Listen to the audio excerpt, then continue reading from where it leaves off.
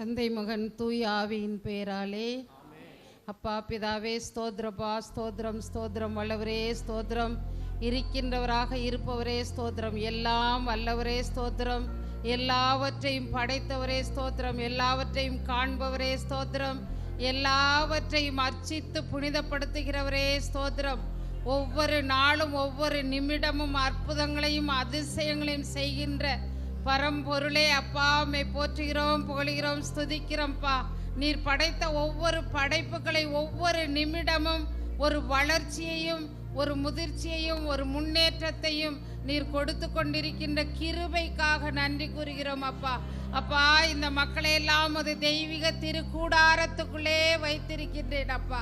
அப்பா, இந்த தெய்வீக கூடாரத்துக்குள் இருக்கின்ற இந்த மக்களை, அன்று இஸ்ராயல் மக்களை நீர் ஆதரித்து அவர்களுடைய தேவைகளை எல்லாம் நிறைவு செய்தீரே தகப்பனே அப்பா.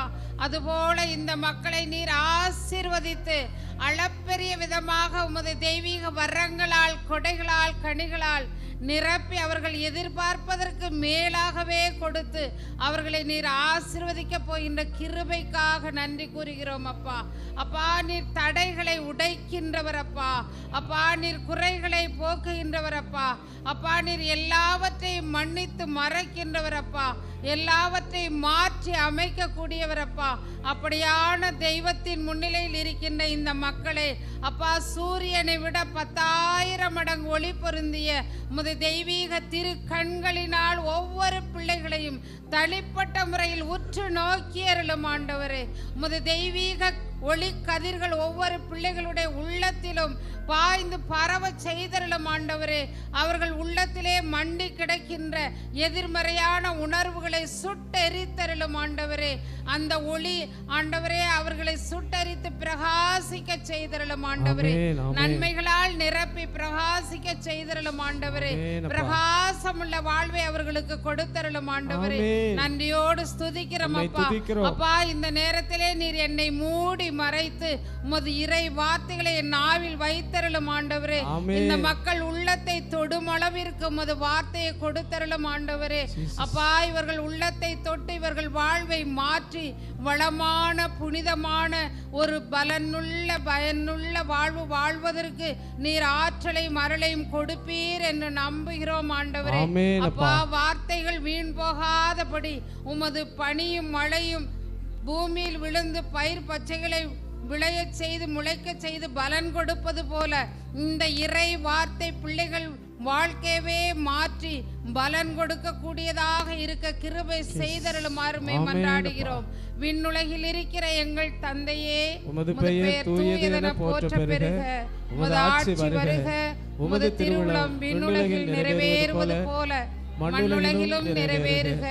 எங்கள் அன்றாட உணவை இன்று எங்களுக்கு தாரும். எங்களுக்கு எதிராக குற்றம் செய்வோரை நாங்கள் மன்னிப்பது போல எங்கள் குற்றங்களை மன்னியும். எங்களை சோதனைக்கு உட்படுத்தாதையும் தீமையிலிருந்து எங்களை விடுவித்தருளும். ஆமென். அருள் நிறைந்த மரியே வாழ்க, ஆண்டவர் உம்முடனே, பெண்களுக்குள் ஆசி பெற்றவள் நீரே. உம்முடைய திருவயிற்றின் கனியாகிய இயேசுவும் ஆசி பெற்றவரே. புனித மரியே, இறைவனின் தாயே, பாவிகளாய் இருக்கிற எங்களுக்காக இப்பொழுது எங்கள் இறப்பின் வேளையிலும் வேண்டிக் கொள்ளும். ஆமென். தந்தைக்கும் மகனுக்கும் தூய் ஆவியாருக்கும் ஆட்சிமை உண்டாவதாக. தொடக்கத்தில் இருந்தது போல இப்பொழுது எப்பொழுது என்றென்று இருப்பதாக. ஆமென். இயேசுவுக்கே புகழ், இயேசுவுக்கே நன்றி, இயேசுவே ஆண்டவர், இயேசுவின் இரத்தம் ஜெயம், மரியே வாழ்க. எல்லாரும் உட்காருங்க. எல்லாரும் சுகமா இருக்கிறீங்களா? சந்தோஷமா இருக்கிறீங்களா? இங்கே வர்றதுனால உங்களுக்கு நிறைய மாற்றங்கள், நிறைய முன்னேற்றங்கள் இருக்கா? இருக்கணும். நம்ம எதிர்பார்த்து வர்றது நடக்கணும், நம்பிக்கையோடு இருக்கணும். சரியா? நம்ம எதிர்பார்க்குற ஒவ்வொரு காரியங்களும் நமக்கு நடக்கணும். உங்களை பார்த்து நிறைய மக்கள் கூடாரம் கொள்ளாத அளவிற்கு வரணும். சரியா? ஓகே. இன்றைக்கி நம்ம என்ன பார்க்க போகிறோம் தெரியுமா? நைட்டெல்லாம் நான் போராடிட்டு வந்திருக்கேன். ஒரு பிள்ளைக்கு பேய் பிடிச்சிருச்சு. அந்த பிள்ளை ஃபோன் 10 மணிக்கு ஃபோன் பண்ணுறாங்க, சிஸ்டர் ஆர்டரா சிஸ்டர், என்ன செய்கிறது, ப்ரேயர் பண்ணுங்க, வர முடியுமான்னு. இந்த நைட்டில் நான் வர முடியாது, ஃபோனை ஆன் பண்ண நான் பேசுகிறேன், இது ஸ்பீக்கரில் போடணும். 12 மணி வரைக்கும் அந்த பிள்ளையோட போராடி கடைசியில் விரட்டியாச்சு பேய. இப்போ நல்லா இருக்கா, காலையில் நல்லா பேசியிருக்கா, ஒரு ப்ரேயருக்கு போய். ஆமாம், தேங்க்யூ, கடவுளுக்கே மகிமை. சரி, அதனால் நிறைய உங்களுக்கு எதை கொடுக்க, இதை எடுப்போமா அதை எடுப்போமா, எதை கொடுக்க அப்படின்னு கடைசியில் ஆண்டவர் வர்ற நேரம், தம்பி வந்த ஒரு 5 நிமிஷத்துக்கு முன்னால் எனக்கு கடவுள் கொடுத்த ஒரு இறை வார்த்தை, உணர்வுகளை பற்றி பேசு, உணர்வுகளை பற்றி மக்களுக்கு பேசு. நிறைய உணர்வுகள் நமக்கு பின்னி பிணைந்து கிடைக்கின்றன, நிறைய உணர்வுகள், எத்தனையோ உணர்வுகள், அன்பு, பொறுமை, தாழ்ச்சி, இப்படி நல்ல உணர்வுகளும் இருக்குது, அது எதிர்மறையான உணர்வுகளும் இருக்குது. கோபம், வெறுப்பு, வைராக்கியம், மன்னிக்க முடியாது, பழி வாங்கிறது, இப்படியான பல எதிர்மறையான உணர்வுகளும் இருக்குது இல்லையா? சரி, இப்போ இன்றைக்கி நம்ம என்ன பார்க்க போகிறோம்னா, எதிர்மறையான ஒரு உணர்வு, நம்மை ஆட்டி படைக்கின்ற ஒரு உணர்வு, நம்ம வாழ விடாமல் தடுக்கின்ற ஒரு உணர்வு, ஒரு அமைதி, நிம்மதி, சமாதானம், மகிழ்ச்சி, இதெல்லாம் கெடுக்கக்கூடிய ஒரு பெரிய ஒரு உணர்வு கோப உணர்வு இல்லையா? யாருக்கெல்லாம் கோபமே வராது கை தூக்குங்க பார்க்கலாம். எனக்கு கோபமே வராது சிஸ்டர், நான் ரொம்ப சாந்த சொருபி அப்படின்னு சொல்கிறவங்க கை தூக்குங்க பார்க்கலாம். யாராவது இருக்கீங்களா? பார்த்தீங்களா, நம்ம எல்லாருமே ஒரே கேட்டகரி தான், ஒரே குரூப்பில் தான் இருக்கிறோம். அப்போ எல்லாருக்குமே இந்த பலவீனம் இருக்குது. அப்போ இந்த பலவீனத்தை நம்ம தெரிஞ்சுக்கிட்டோம்னா, நமக்கு இப்படிப்பட்ட சூழ்நிலையில் இந்த மாதிரி நமக்கு ஒரு உணர்வு எதிர்மறையாக இருக்குது அப்படின்னு நம்ம தெரிஞ்சுக்கிட்டோம்னா, அதை எப்படி கையாளணும், அதிலேருந்து எப்படி விடுதலை பெறணும் அப்படின்னு விடுதலை பெற்றுட்டோம்னா சூப்பரான ஒரு சாந்த சொருவியாக மாறிடுவோம். அதுக்கு எடுத்துக்காட்டாக யாரை சொன்னார் ஆண்டவர்? யாரை சொன்னார் தெரியல? மோயிசனை சொன்னார். உலகத்திலேயே மோயிசனை போல ஒரு சாந்தமுள்ள மனிதன் யாருமே இல்லைன்னு சொன்னார். ஆனால் சாந்தமுள்ள மனிதனா மோசே? சாந்தமுள்ளவரா? இல்லை, கோபக்காரர்.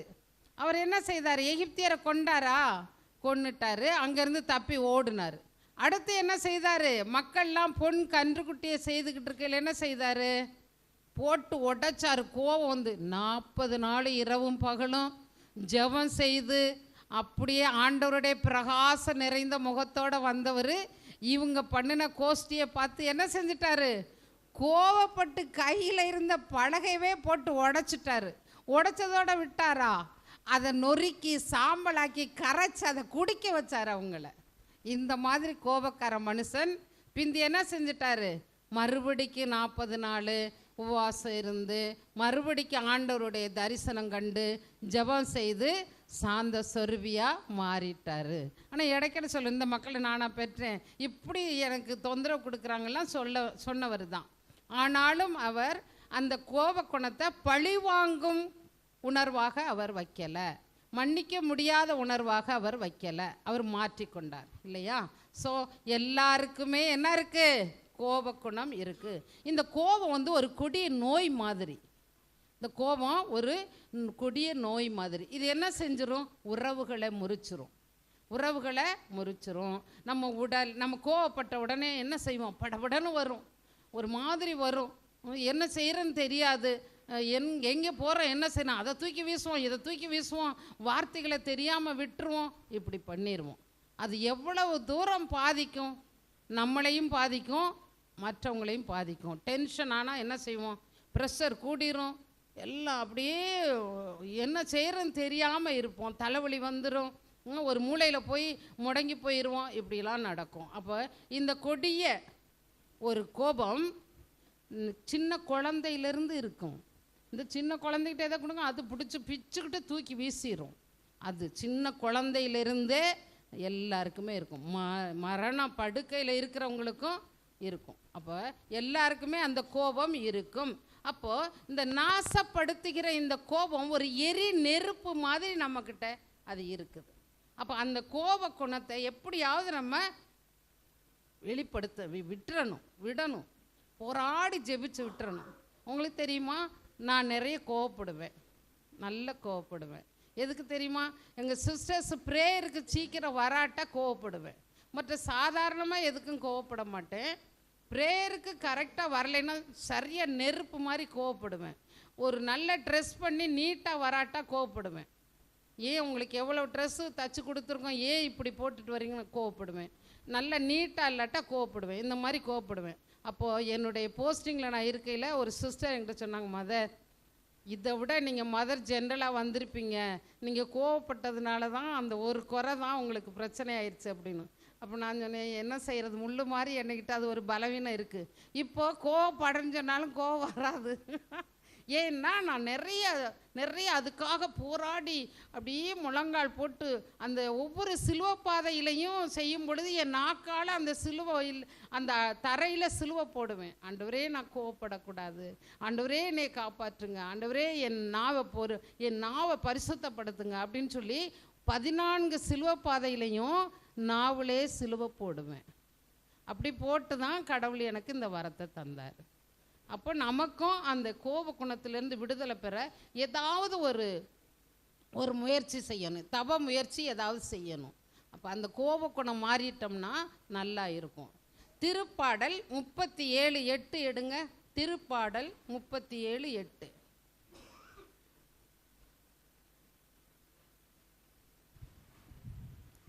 வெஞ்சினம் கொள்ளாதே, வெஞ்சினம் கொள்ளாதே, வெகுண்டெழுவதை விட்டுவிடு, வெகுண்டெழுவதை விட்டுவிடு, எரிச்சல் அடையாதே, எரிச்சல் அடையாதே, அதனால் தீமைதான் விளையும், அதனால் தீமைதான் விளையும். வெஞ்சினம் கடுமையான கோபம், சாதாரண கோபம்லாம் இல்லை. கோபம் தான் என்ன செய்வாங்க, முந்தி காலத்திலாம் அப்படி நடந்துருக்குது, கிராமங்களெல்லாம் பார்த்துருக்கேன். ஆனால் இப்போல்லாம் அப்படி இல்லை. கோபம் தான் என்ன செஞ்சுருவாங்க, போய் முடியை தான் பிடிப்பாங்க, பிடிச்சி அடித்து என்னென்ன அப்படி பண்ணுவாங்க. அப்போ வெஞ்சினம், கோபத்திலே கடுமையான கோபம். வெஞ்சினம் கொள்ளாது, வெகுண்டெழுவம், உடனே எழும்புறது, அந்த இடத்த விட்டு உடனே எழும்பி அரைகிறது, அடிக்கிறது, தூக்கி வீசுறது, கதவை டபால்னு அடைக்கிறது, அந்த மாதிரிலாம் செய்கிறது. அதான் வெகுண்டெழுவதை விட்டுவிடு. எரிச்சல் அடையாதே, எரிச்சல் பண்ணுறது, அப்படியே என்ன செய்கிறன்னு தெரியாமல் அந்த மாதிரி பண்ணுறது, அதனால் தீமைதான் விளையும். விளையுமா? வராதா? வரும்ல, கோவப்பட்டா வரும்ல. கோவப்படுறதுனால எத்தனை பேர் என்னென்னத்தைலாம் இழந்திருக்காங்கன்னு பார்ப்போம். அப்போ கோபம் ஒரு கொடிய தீய சக்தி, அது உள்ளவர்களிடம் நெருங்க முடியாது. இப்போ யாராவது கோவப்படுறாங்கன்னு வச்சுருவோம், நம்ம தெரியும்னு. இப்போ கோவப்படுறவங்களே இவங்க கோவப்படுவாங்கன்னு நமக்கு தெரிஞ்சுட்டா என்ன செய்வோம், அவங்க பக்கத்தில் போக மாட்டோம். ஐயோ அவர் வர்றாரப்பா, என்ன சொல்லுவாரோ தெரியாது. அந்த அம்மா வருது, சும்மா கோவப்படும், அதுக்கிட்ட எப்படி பேசுறது, சொல்லுமா சொல்ல மாட்டோமா? அப்போ அவங்கக்கிட்ட நெருங்கவே மாட்டோம், கோபக்காரர்கள்கிட்ட நெருங்க மாட்டோம். அவங்கக்கிட்ட என்ன செய்வோம், எந்த விதமான தொடர்பும் வைக்க பயப்படுவோம். அப்போ அந்த கோபம் உள்ளவங்க வந்தால் அவங்க என்ன வாயில் வர்றதெல்லாம் பேசி விட்டுருவாங்க, என்ன சொல்லுவாங்களோ என்ன பேசுவாங்களோ அப்படிங்கிற ஒரு பயம் இருக்கும் அவங்களுக்கு. நம்ம அந்த மாதிரி அவங்களுடைய கேரக்டரு மற்றவர்கள் அணுகாத அளவுக்கு அந்த கோபம் அவங்களுக்கு ஒரு தீய சக்தியாக அவங்கள ஆட்டி படைச்சிக்கிட்டே இருக்கும். அப்போது அவங்க என்ன செய்வோம், இப்போது கோவப்படுறதுனால நம்ம இழந்துருவோம், நம்ம சுயத்தை நம்ம இழந்துருவோம். நாங்கிற ஒரு நல்ல என்னெல்லாம் செய்வோம். நான் என்னையை பற்றி உங்களுக்கு சொன்னல, ஒரு மதராக இருந்து நிறைய செய்வேன், நல்லா செய்வேன், எல்லாம் செய்வேன், ஆனால் கோவப்பட்டுருவேன். அது நம்ம சிஸ்டர்ஸாக பாதிக்கும்ல. அப்போது நம்ம வீட்டுகளில் குடும்பங்களில் எல்லாம் சமையல் பண்ணி எல்லாம் செய்வோம், எல்லாம் சாப்பிட்ற நேரத்துக்கு சண்டை போட்டால் எப்படிமா இருக்கும். சாப்பாட்டை போட்டுட்டு போயிடுவான் பிள்ளைய சாப்பிடாம ஸ்கூலுக்கு போயிருங்க, காலேஜுக்கு போயிருங்க, ஆஃபீஸுக்கு கணவன் போயிடுவார், வேலைக்கு போயிடுவார். அப்போ நீங்கள் என்னச்சு இவ்வளவுலாம் செஞ்சுட்டோம், அப்போ உங்களுக்கு மனசு கஷ்டமாக இருக்குமா இருக்காதா?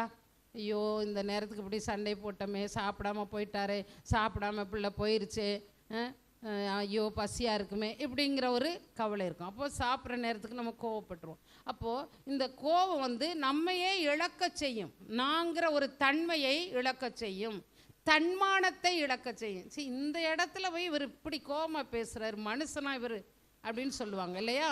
தன்மானத்தை இழக்க செய்யும். உன் பெயரை இழக்க செய்யும். இவ்வளோ பெரிய பேரும் புகழுமா இருக்காரு, இப்படி போய் கோவப்பட்டாரு. அப்போ அந்த பெயரை இழக்க செய்யும். அப்புறம் என்ன செய்யும்? உங்களை பற்றி பெருமையாக இருந்த பேர்லாம், இவ்வளோ பெருசாக பேசுகிறீங்க, ரொம்ப பீத்தி பேசுகிறீங்க, அவர் இப்படி கோவப்பட்டார் அப்படின்னு சொல்லி அவருடைய அந்த புகழுக்கு சிறுமையை ஏற்படுத்தியிருந்த கோபம். அப்புறம் அவருடைய வேலை, ஒரு வேலை செய்கிறத அவர் என்ன இது எல்லாம் செய்வார், கடைசியில் இந்த மாதிரி பண்ணிட்டு போயிடுவார், இது என்னத்துக்கு, அவர் தேவையே இல்லை அப்படிங்கிற அந்த வேலையும் போகக்கூடிய சூழ்நிலை வரும். உன் வருமானத்தை இழக்கக்கூடியது வரும். நீ நல்ல வேலை செய்கிற இடத்துல கோவப்பட்டுட்டா வேலை இல்லாமல் போயிடும். அப்போ உன்னுடைய வருமானம் குறைஞ்சி போயிடும். பாதியிலே விட்டுட்டு வர்றவங்க இருப்பாங்க. இப்போ என்னென்னலாம் நடக்கும். அப்போ வருமானத்தில் இழப்பு வரும். சரி, ஒரு கஸ்டமர் வந்து கேட்கும் பொழுது அதை சரியாக அவங்களோட ஒரு நல்ல விதமாக பேசி, சாதகமாக பேசி, ஒரு சாமர்த்தியமாக பேசி, சமாதானமாக பேசி ஒரு காரியம் சாதிக்காமல், நீ வாங்கட்ட போயா, எனக்கு வேறு ஆள்கள் வரும், அன்னைக்கு முழுசும் ஒரு ஆள் வராது. நீ கோவப்பட்டதுனால அந்த மாதிரி உன்னுடைய வருமானத்தில் இழப்பு. உன் குடும்பத்தில் பிரச்சனை வரும். நீ கோவப்பட்டால் எல்லோரும் ஒற்றுமை இருமா, எப்போ பார்த்தாலும் அவங்க சண்டை போட்டுட்டு கோவப்பட்டுக்கிட்டு இருக்காங்க, அவங்க வீட்டுக்கு நான் போகணும், நான் போகவே மாட்டேன். அப்போது குடும்பத்திலையும் அந்த கோபத்தை பாதிக்கும். அப்புறம் உன் உறவுகள், அண்ணன் தம்பிகளுக்குள்ளே உள்ள உறவுகள் பாதிக்கும். ஏதோ ஒரு பொருளுக்காக, பணத்துக்காக, சொத்துக்காக, ஒரு சின்ன நகைக்காக, எதுக்காக ஒரு சண்டை வந்தால் அந்த உறவுகளும் பாதிக்கப்படும். அப்போ உன் ஊரையே இழக்க செய்யும். சிலர் இந்த குடும்பத்திலே அந்த ஊர்லேயே இருக்க முடியாமல் போகிறவங்களும் இருக்காங்க. அந்த பின்னால் நான் உங்களுக்கு எக்ஸாம்பிள் சொல்லுவேன். அப்போ அந்த ஊரையே இழக்க வேண்டியது வரும். கடைசியில் என்ன செய்வாங்க? இப்படி கோவப்பட்டு நிர்பாக்கியமாக வாடுறதுக்கு செத்துட்டா நல்லதுன்னு தற்கொலை செய்கிறவங்களும் இருக்காங்க. இந்த கோபத்தினால தற்கொலை செய்கிறவங்களும் இருக்காங்க. எனக்கு ஒரு சிஸ்டருடைய தங்கச்சி, எங்கள் சிஸ்டருடைய தங்கச்சி, அது மாப்பிள்ளை நிறைய குடிப்பார், 2 ஆண் குழந்தைகள், நிறைய குடிப்பார். நம்ம தூத்துக்குடி தான். அப்போ குடிப்பார். என்கிட்ட எல்லாம் சொல்லுவாங்க, இப்படிலாம் இருக்காங்க, கவலையாக இருக்குது சிஸ்டர் அப்படின்னு சொல்லுவாங்க. அப்போ ஒரு நாள் என்ன செஞ்சுருக்கா, இவருக்கு நான் ஒரு எப்படியாவது ஒரு ஆப் வைக்கணும் அப்படின்னு சொல்லிட்டு என்ன செஞ்சுட்டா தெரியுமா? சும்மா ஒரு விளையாட்டு மாதிரி ஒரு ஸ்டூலை போட்டு, நான் செத்துறேன், நீங்கள் குடிச்சிட்டு இப்படி வந்து பண்ணுறீங்க, எனக்கு உங்களால் வாழவே முடியாது, குடிச்சிட்டு அமைதியாக இருந்தாலும் பரவாயில்ல, இப்படி கோவப்பட்டால் எப்படி பிள்ளைங்கள்லாம் பயப்படுறாங்கன்ட்டு ஸ்டூலை எடுத்து கயிறு போட்டு, அவள் ஸ்டூலை எடுத்து அந்த கயிறை போட்டு இப்படி சும்மா விளையாட்டு காட்டுற மாதிரி பண்ணுனா ஸ்டூலு சறுக்கி விழுந்துருச்சு, கயிறு இறுக்கிருச்சு.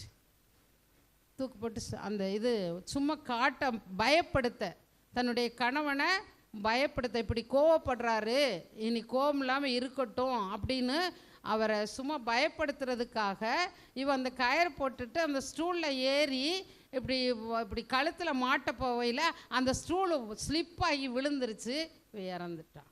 தூக்கு அவரால் ஒன்றும் செய்ய முடியல, இறுக்கிருச்சு கயிறு. அப்போது சிஸ்டர் சொல்லிட்டு ரொம்ப துக்கப்பட்டாங்க. பார்த்தீங்களா? அப்போ உயிரையும் இந்த கோபம் என்ன செய்யும்? இழக்க வைக்கும். அப்போ கோபத்தை அடியோடு அழிக்க என்ன செய்யணும்னா ஜெபிக்கணும். ஆண்டவரே என்னைய சாந்த சொருபியை மாற்று. இதுக்கு தான் அவர் சொல்ல, இருதயத்தில் தாழ்ச்சியும் சாந்தமுள்ள இயேசுவே என் இருதயம் உம்முடைய இருதயத்திற்கு ஒத்ததாக செய்தரலும். கோபப்படுறவங்க இந்த ஜெபத்தை அடிக்கடி சொன்னீங்கன்னா கோபம் மாறும். அதனால இதை அடிக்கடி சொல்லுங்க.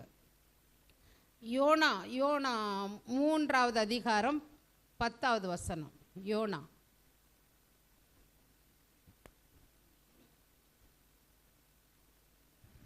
கடவுள் அவர்கள் செய்தது அனைத்தையும் பார்த்தார். அவர்கள் தீய வழிகளினின்று விலகியதை அவர் கண்டு தம் மனதை மாற்றிக்கொண்டார்.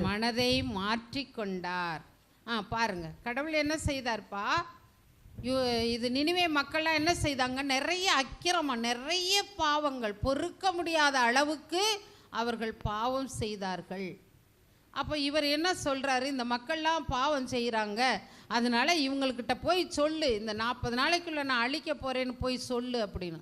இவர் என்ன தெரியுமா செஞ்சிருவார்? யோனா வந்து அவங்களுடைய ஒரே கேஸ்டோ ஜாதி, அதனால் இவங்கெல்லாம் மனம் மாறக்கூடாதுங்கிற ஒரு வைராக்கியம் அவருக்கு. அந்த யோனாவுக்கு இவங்கெல்லாம் மனம் மாறக்கூடாது, சேர்த்து ஒளியட்டும் அப்படிங்கிறதுல மாட்டேன்னு சொல்லிட்டு தப்பி ஓடுவார். தப்பி ஓடி அங்கேயும் அவருக்கு அங்கே பிரச்சனை ஆகும். அதில் இருந்து கடவுளை காப்பாற்றி எத்தனையோ அவருக்கு ஒரு பாடங்களை கற்பித்து மீண்டும் கொண்டு வருவார். இப்போ இந்த மக்கள் வந்து இப்படியெல்லாம் செய்கிறாங்க. அதனால் அவர் என்ன செய்கிறாரு? மனம் மாறுறாரு. மனம் மாறி என்ன செய்கிறாரு? மீண்டும் அவர் வந்த பிறகு போய் சொல்லு, அவருக்கு போய் அந்த யோனா திருப்பி கடலில் மீனில் இருந்து காப்பாற்றின பிறகு சொல்கிறாரு, நீ போய் சொல்லு அப்படின்னு. அப்போ இவர் போய் சொல்கிறாரு. அப்போ அவர்கள்லாம் மனம் மாறுறாங்க. அரசன்லேருந்து ஆடு மாடுலேருந்து எல்லாருமே அவர்களெல்லாம் மனம் மாறுறாங்க. அப்போ கடவுள் கோபமாக இருந்தவர் இப்போ இவர்கள்லாம் மனம் மாறின உடனே தன் கோபத்தை என்ன செய்தார்? தனித்துட்டார். அப்போ இவர் என்ன சொல்கிறாரு? எனக்கு தெரியும், நீ ரொம்ப கனிவு மிக்கவர், நீர் இரக்கமுள்ளவர், நீர் பரிவுள்ளவர், நீ அன்புள்ளவர், நீ அப்படிப்பட்டவர், நீ எப்படி கோவப்பட்டு இவங்களாம் அழிக்க மாட்டீங்க அப்படின்னு சொல்கிறார். அப்போது சிலர் நம்ம குடும்பங்களில் தப்பு பண்ணுவாங்க, பிள்ளைங்க சுட்டி பண்ணுவாங்க, சேட்டை பண்ணுவாங்க, சில நேரங்கள் அடிக்கணும்னு தோணும், அப்படியே என்ன செய்கிறதுன்னு தெரியாது. அப்போ என்ன செய்யணும்? இதெல்லாம் நம்ம படிக்கும் பொழுது நம்ம பாடமாக எடுத்துக்கிறணும், நம்ம கற்றுக்கொள்ளணும். இதிலிருந்து இவ்வளவு தப்பு பண்ண மக்களை கடவுள் எவ்வளவு பொறுமையாக இருந்தார், எவ்வளவு பொறுமையாக அவங்கள காப்பாற்றினார். அப்போ நம்ம என்ன செய்யணும்? உங்கள் பிள்ளைங்க தானே, உங்கள் ஜீன்ஸு தானே, உங்கள் கருவில் இருந்து உருவாங்கின பிள்ளைங்க தானே. அப்போ நீங்கள் சின்ன குழந்தையாக இருக்கையில் சேட்டை பண்ணியிருக்க மாட்டிங்களா? எல்லாருமே பண்ணவங்க தானே. அப்போது அந்த பிள்ளைங்கள் நீங்கள் பார்க்கணும். நீங்கள் ஆரம்பத்திலே மடியில் வச்சு அந்த பிள்ளைங்களுக்கு நல்லா கற்றுக் கொடுத்து சொல்லி கொடுத்து அப்படி வளர்க்கும் பொழுது கூடிய மட்டும் அவங்க சேட்டையுள்ள பிள்ளைங்களாக வரமாட்டாங்க. நீங்கள் என்னென்னா உங்கள் வேலையை பார்க்கணும் அப்படின்ட்டு அதுகளை இஷ்டத்துக்கு விடுறது பண்ணுறது. இப்போ உள்ளவங்களாம் ரொம்ப மோசம். என்ன செய்கிறாங்க தெரியுமா? மொபைலை கொடுத்துட்டு அதுகளை விளையாட விட்டுட்டு உங்கள் வேலைகளை பார்க்குறது.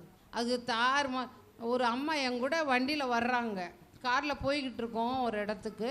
அப்போ அவங்க என்ன செய்கிறாங்க? செல்லை எடுத்து அந்த பிள்ளைக்கு அந்த விளையாட்டு இதை போட்டு கொடுத்துட்டு ஒரு கிண்ணத்தில் என்னத்தையோ மாவை கலக்கி அது வாயில் வைக்கிறாங்க. என்ன சாப்பிட்றோன்னு தெரியாமல் அது பாட்டுக்கு லவன்னு முழுங்குது.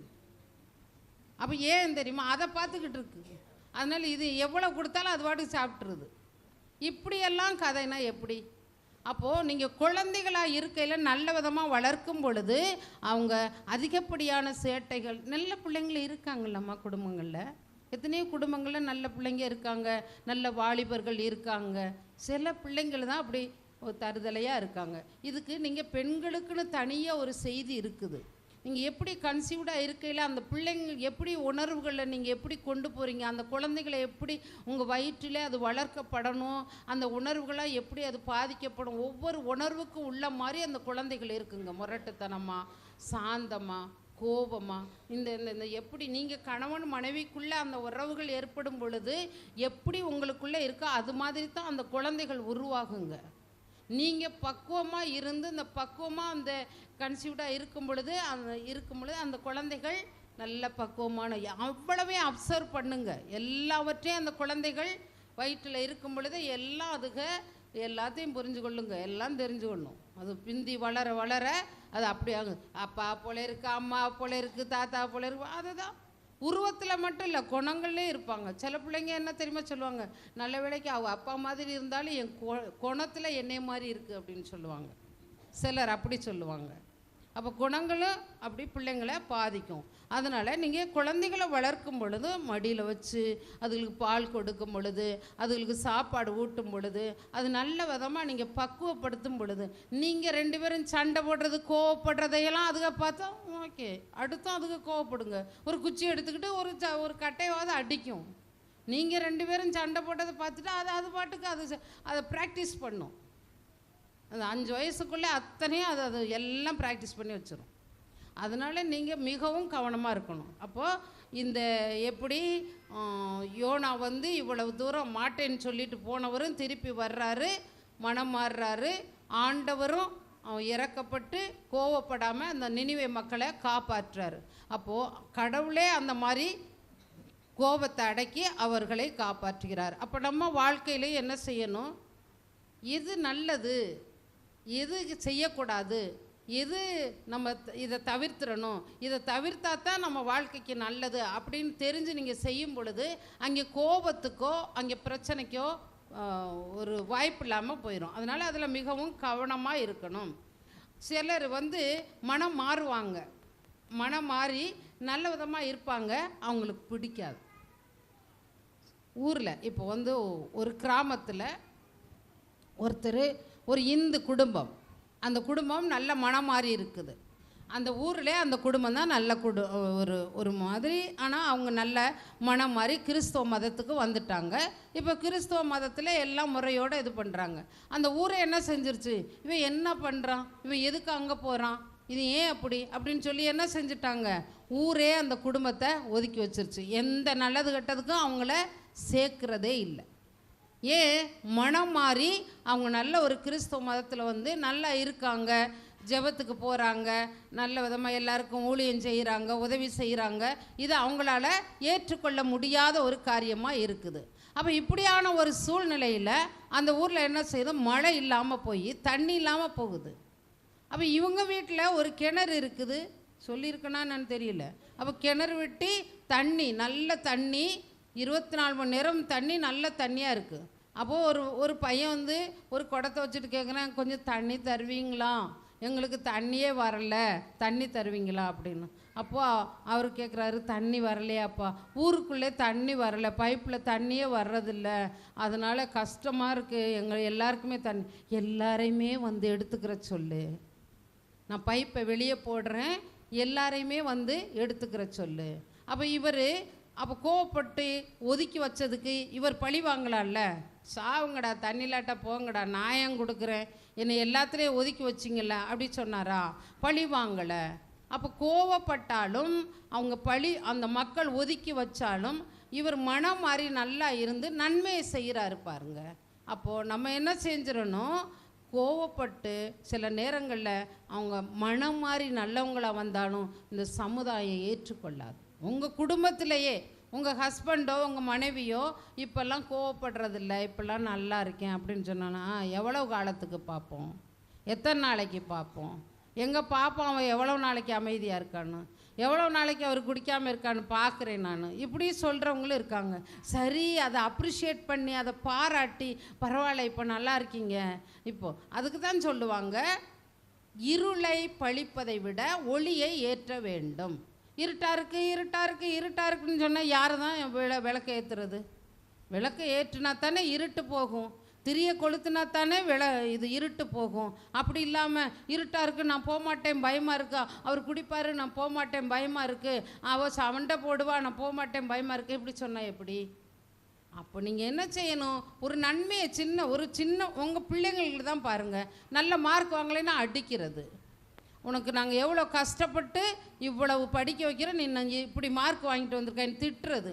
சொல்லணும், சரி இந்த தடவை இவ்வளோ வாங்கியிருக்கையில் அடுத்த முறை நிறைய வாங்கிடுவேன், கவலைப்படாது, அம்மா ப்ரேயர் பண்ணிக்கிறேன், நீ அடுத்த முறைக்கு நல்லா ட்ரை பண்ணி படி. அப்படி சொல்லி பிள்ளைங்களை பாராட்டும் பொழுது அவங்க என்ன செய்வாங்க, இப்போல்லாம் நீ சேட்டையே பண்ண மாட்டேங்கிற, எவ்வளோ நல்ல பிள்ளையாக மாறிட்ட, வெரி குட் நல்ல பிள்ளை அப்படி சொல்லி பாருங்கள், அது பாட்டுக்கு சாந்தமாக மாறும். அப்படி அது அப்ரிஷியேட் பண்ணி அந்த மாதிரி அந்த கோவப்பட்டு வெறுப்பேற்றாமல் அதுக்கு எதிர்மறையாக அவங்கள பாராட்டும் பொழுது அந்த கோபக்குணம் மாறும். அப்போ பிறர் மீது சிலர் என்ன செய்வாங்க தெரியுமா, நல்லா வந்துட்டு பொறாமைப்படுவாங்க. என்ன செய்வாங்க? பொறாமைப்பட்டு கோவப்படுவாங்க. அப்போ கோபமும் வெறுப்பும் சேர்ந்தா எப்படி இருக்கும்? சண்டை தானே வரும். கோபமும் வெறுப்பும் வந்துட்டா என்ன செய்யும்?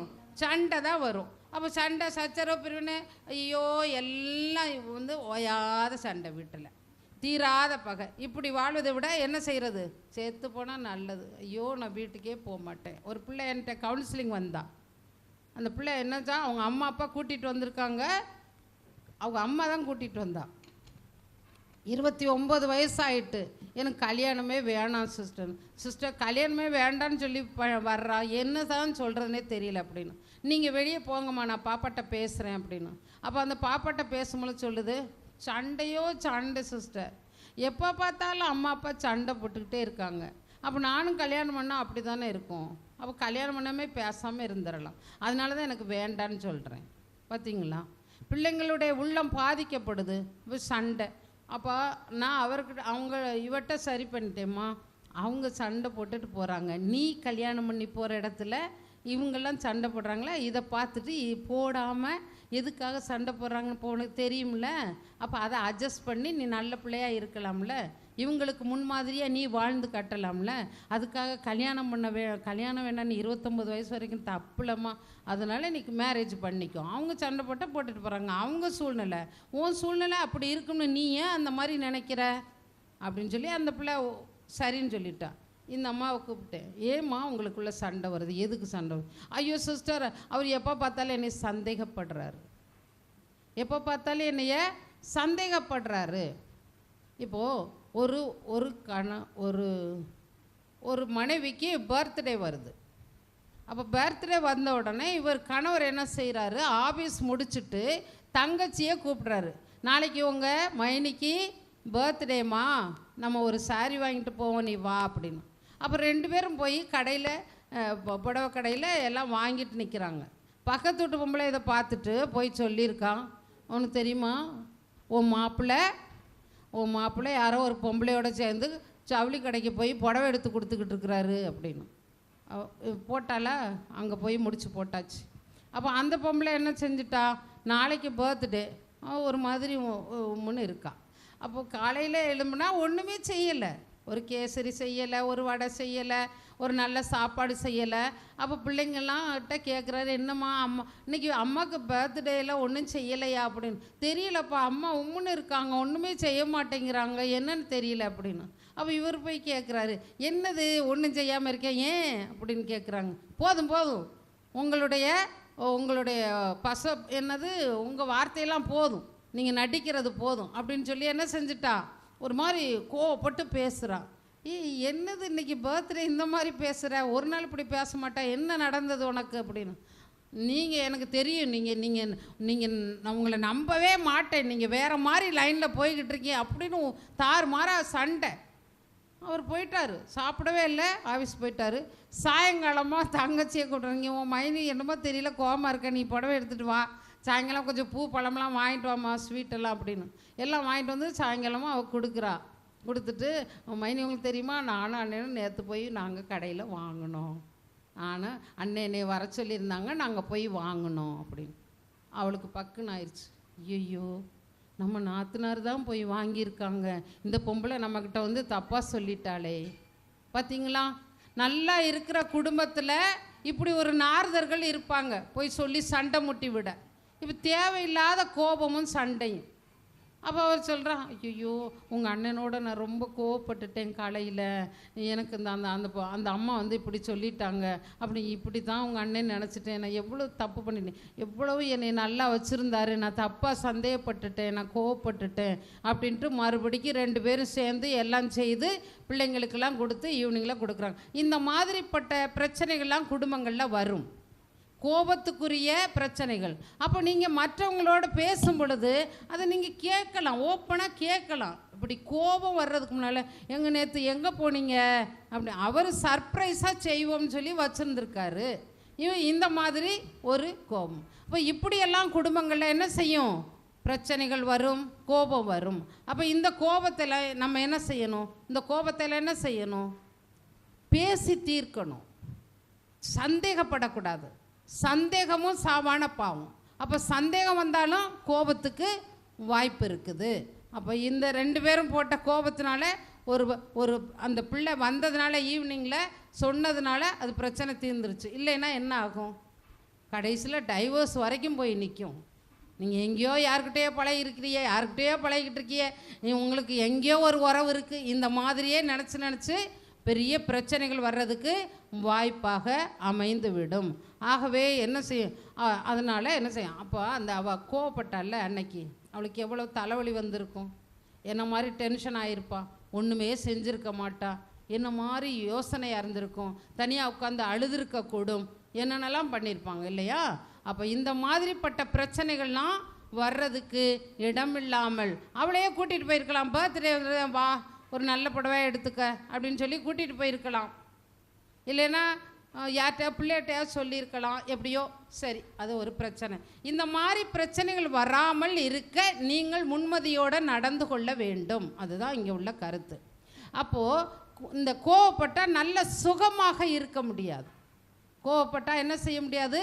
சுகமாக இருக்க முடியாது. அது தலைவலி, வயிற்று வலி, நெஞ்சு வலி, ப்ரெஷரு, சுகரு, இப்படி பல பிரச்சனைகள் வர்றதுக்கு காரணமாக இருக்கும். அப்போ இந்த கோபத்தை வேரோடு பிடுங்கி போட்டுறணும். இது எப்படி போடுறது? இது சிலர் சொல்லுவாங்க, ஏங்க இந்த மாதிரி கோவப்படுறீங்க, தொட்டதுக்கு பிடிச்சதுக்கு இப்படி கோவப்படுறீங்களா அப்படின்னு கேட்டேன். நான் குடிக்கிறேன்னா, நான் ஏதாவது தப்பு பண்ணுறேன்னா, நான் வேறு ஏதாவது செய்கிறேன்னா? நான் வேறு எதுவும் செய்கிறது இல்லையே, வேறு எதுவும் செய்யலை, அப்போ ஏன் கோவப்படுறீங்க? அப்போ ஏன் கோவப்படுறீங்க? எதுக்காக கோபம்? நமக்குள்ளே நம்ம அறியாமலே இருக்கு அந்த கோபம். அப்போ என்ன செய்யணும்? இந்த கோபம் எதுக்காக வருது? ஒரு ஒரு ஒரு ஸ்டூடெண்ட்டு, ஒரு பிள்ளை அந்த டீச்சர்கிட்ட போகவே பயப்படும். அந்த டீச்சர்கிட்ட நான் போக மாட்டேன், அந்த டீச்சர் எனக்கு பிடிக்கல, அந்த டீச்சர் என்னை திட்டுவாங்க அப்படி சொல்லும். ஐயோ, அந்த அருமையான டீச்சர் ஏம்மா அப்படி சொல்கிற, எதுக்கு போக மாட்டேங்கிற அப்படின்னு சொல்லி கேட்கும் பொழுது அந்த பிள்ளைக்கு அவங்க அத்தை, அந்த டீச்சர் ஜாடை. அந்த டீச்சர் யாருடைய ஜாடை? அவங்க அத்தையுடைய ஜாடை. அந்த அத்தை இந்த பிள்ளைய தலைவாரையில் பிடிச்சி இடுக்கிறது, கொட்டுறது, அடிக்கிறது, சின்ன பிள்ளையா இருக்கையில். அப்படி இந்த அண்ணன் பிள்ளைங்கெல்லாம் வளரும் பொழுது அத்தைம்மா அவங்க இருப்பாங்கள்ல, அத்தையெல்லாம் இருப்பாங்கள்ல, அப்போ இந்த குழந்தைகளை அவங்க தானே பார்த்துக்கிருவாங்க. அப்போ அங்கே ஒரு பிரச்சனை. இதை அந்த பிள்ளை அத்தை மாதிரி அந்த டீச்சர் இருக்குது. ஸோ இதுக்காகவும் ஒரு கோபமும் பயமும் வரும். அந்த டீச்சர் நான் போக மாட்டேன், அந்த டீச்சர் அடிக்கும். அந்த டீச்சர்கிட்ட ஒன்றுமே செய்யலை, ஆனால் இயற்கையில் அந்த உணர்வு அவளுக்குள்ளே பதிஞ்சிருக்குது. அப்போ அதே போல் சிலருக்கு எங்கள் வீட்டுக்கு பக்கத்தில் ஒருத்தர் இருந்தார். அவருக்கு அவர் மனைவியே பிடிக்காது. அந்த மனைவி பேர் இந்திரா காந்தி அவருக்கு பிடிக்காதான், இவளுக்கு அந்த பேர். அதனால் முழு நேரம் அந்த பிள்ளைகிட்ட கோவப்படுறது. அப்போ ஒரு நாள் சொல்லுது, எதுக்கு தான் என்கிட்ட இப்படி கோவப்படுறாருன்னே தெரிய மாட்டேங்குது சிஸ்டர், இந்த மாதிரி கோவப்பட்டுக்கிட்டே இருக்காரு அப்படின்னு. அப்போ என்ன அப்படின்னு அவரை ஒரு நாள் கேட்டேன், ஏங்க உங்கள் மனைவி நல்லா தானே எல்லாம் செய்கிறாங்க, எந்த தப்புமே அவங்கக்கிட்ட இல்லை, எதுக்கு கோவப்படுறீங்க அப்படின்னு கேட்டால், இந்த இந்திரா காந்தின்னு அவளுக்கு பேர் வச்சுருக்கு, இந்த இந்திரா காந்தி அம்மாவை எனக்கு பிடிக்கவே பிடிக்காது.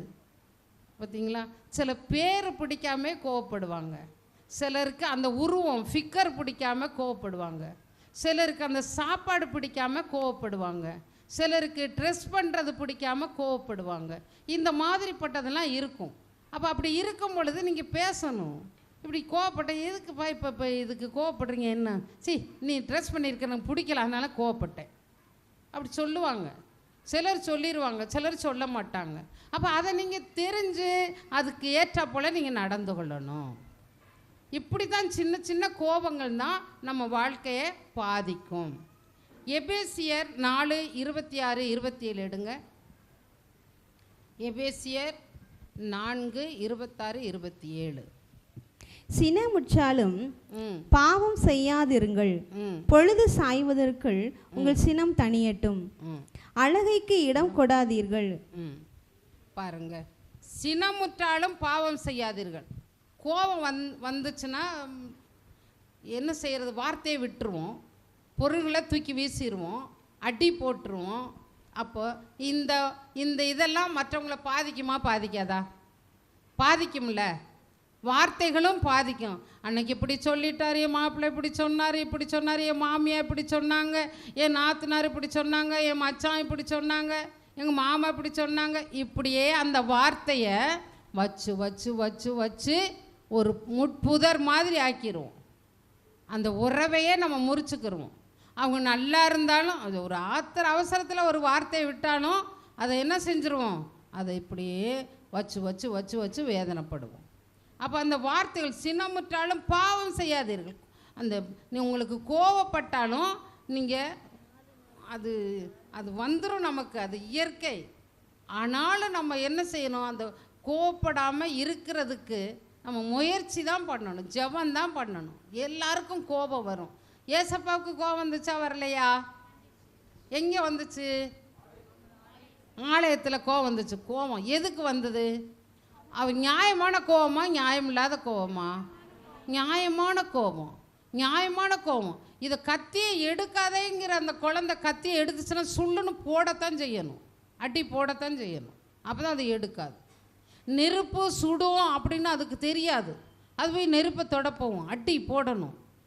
அப்போ தான் அதுக்கு தெரியும். அடுத்த நேரம் அது அப்போ கோபப்படுற நேரத்தில் கோவப்பட்டு தான் ஆகணும், அதை திருத்தி தான் ஆகணும்.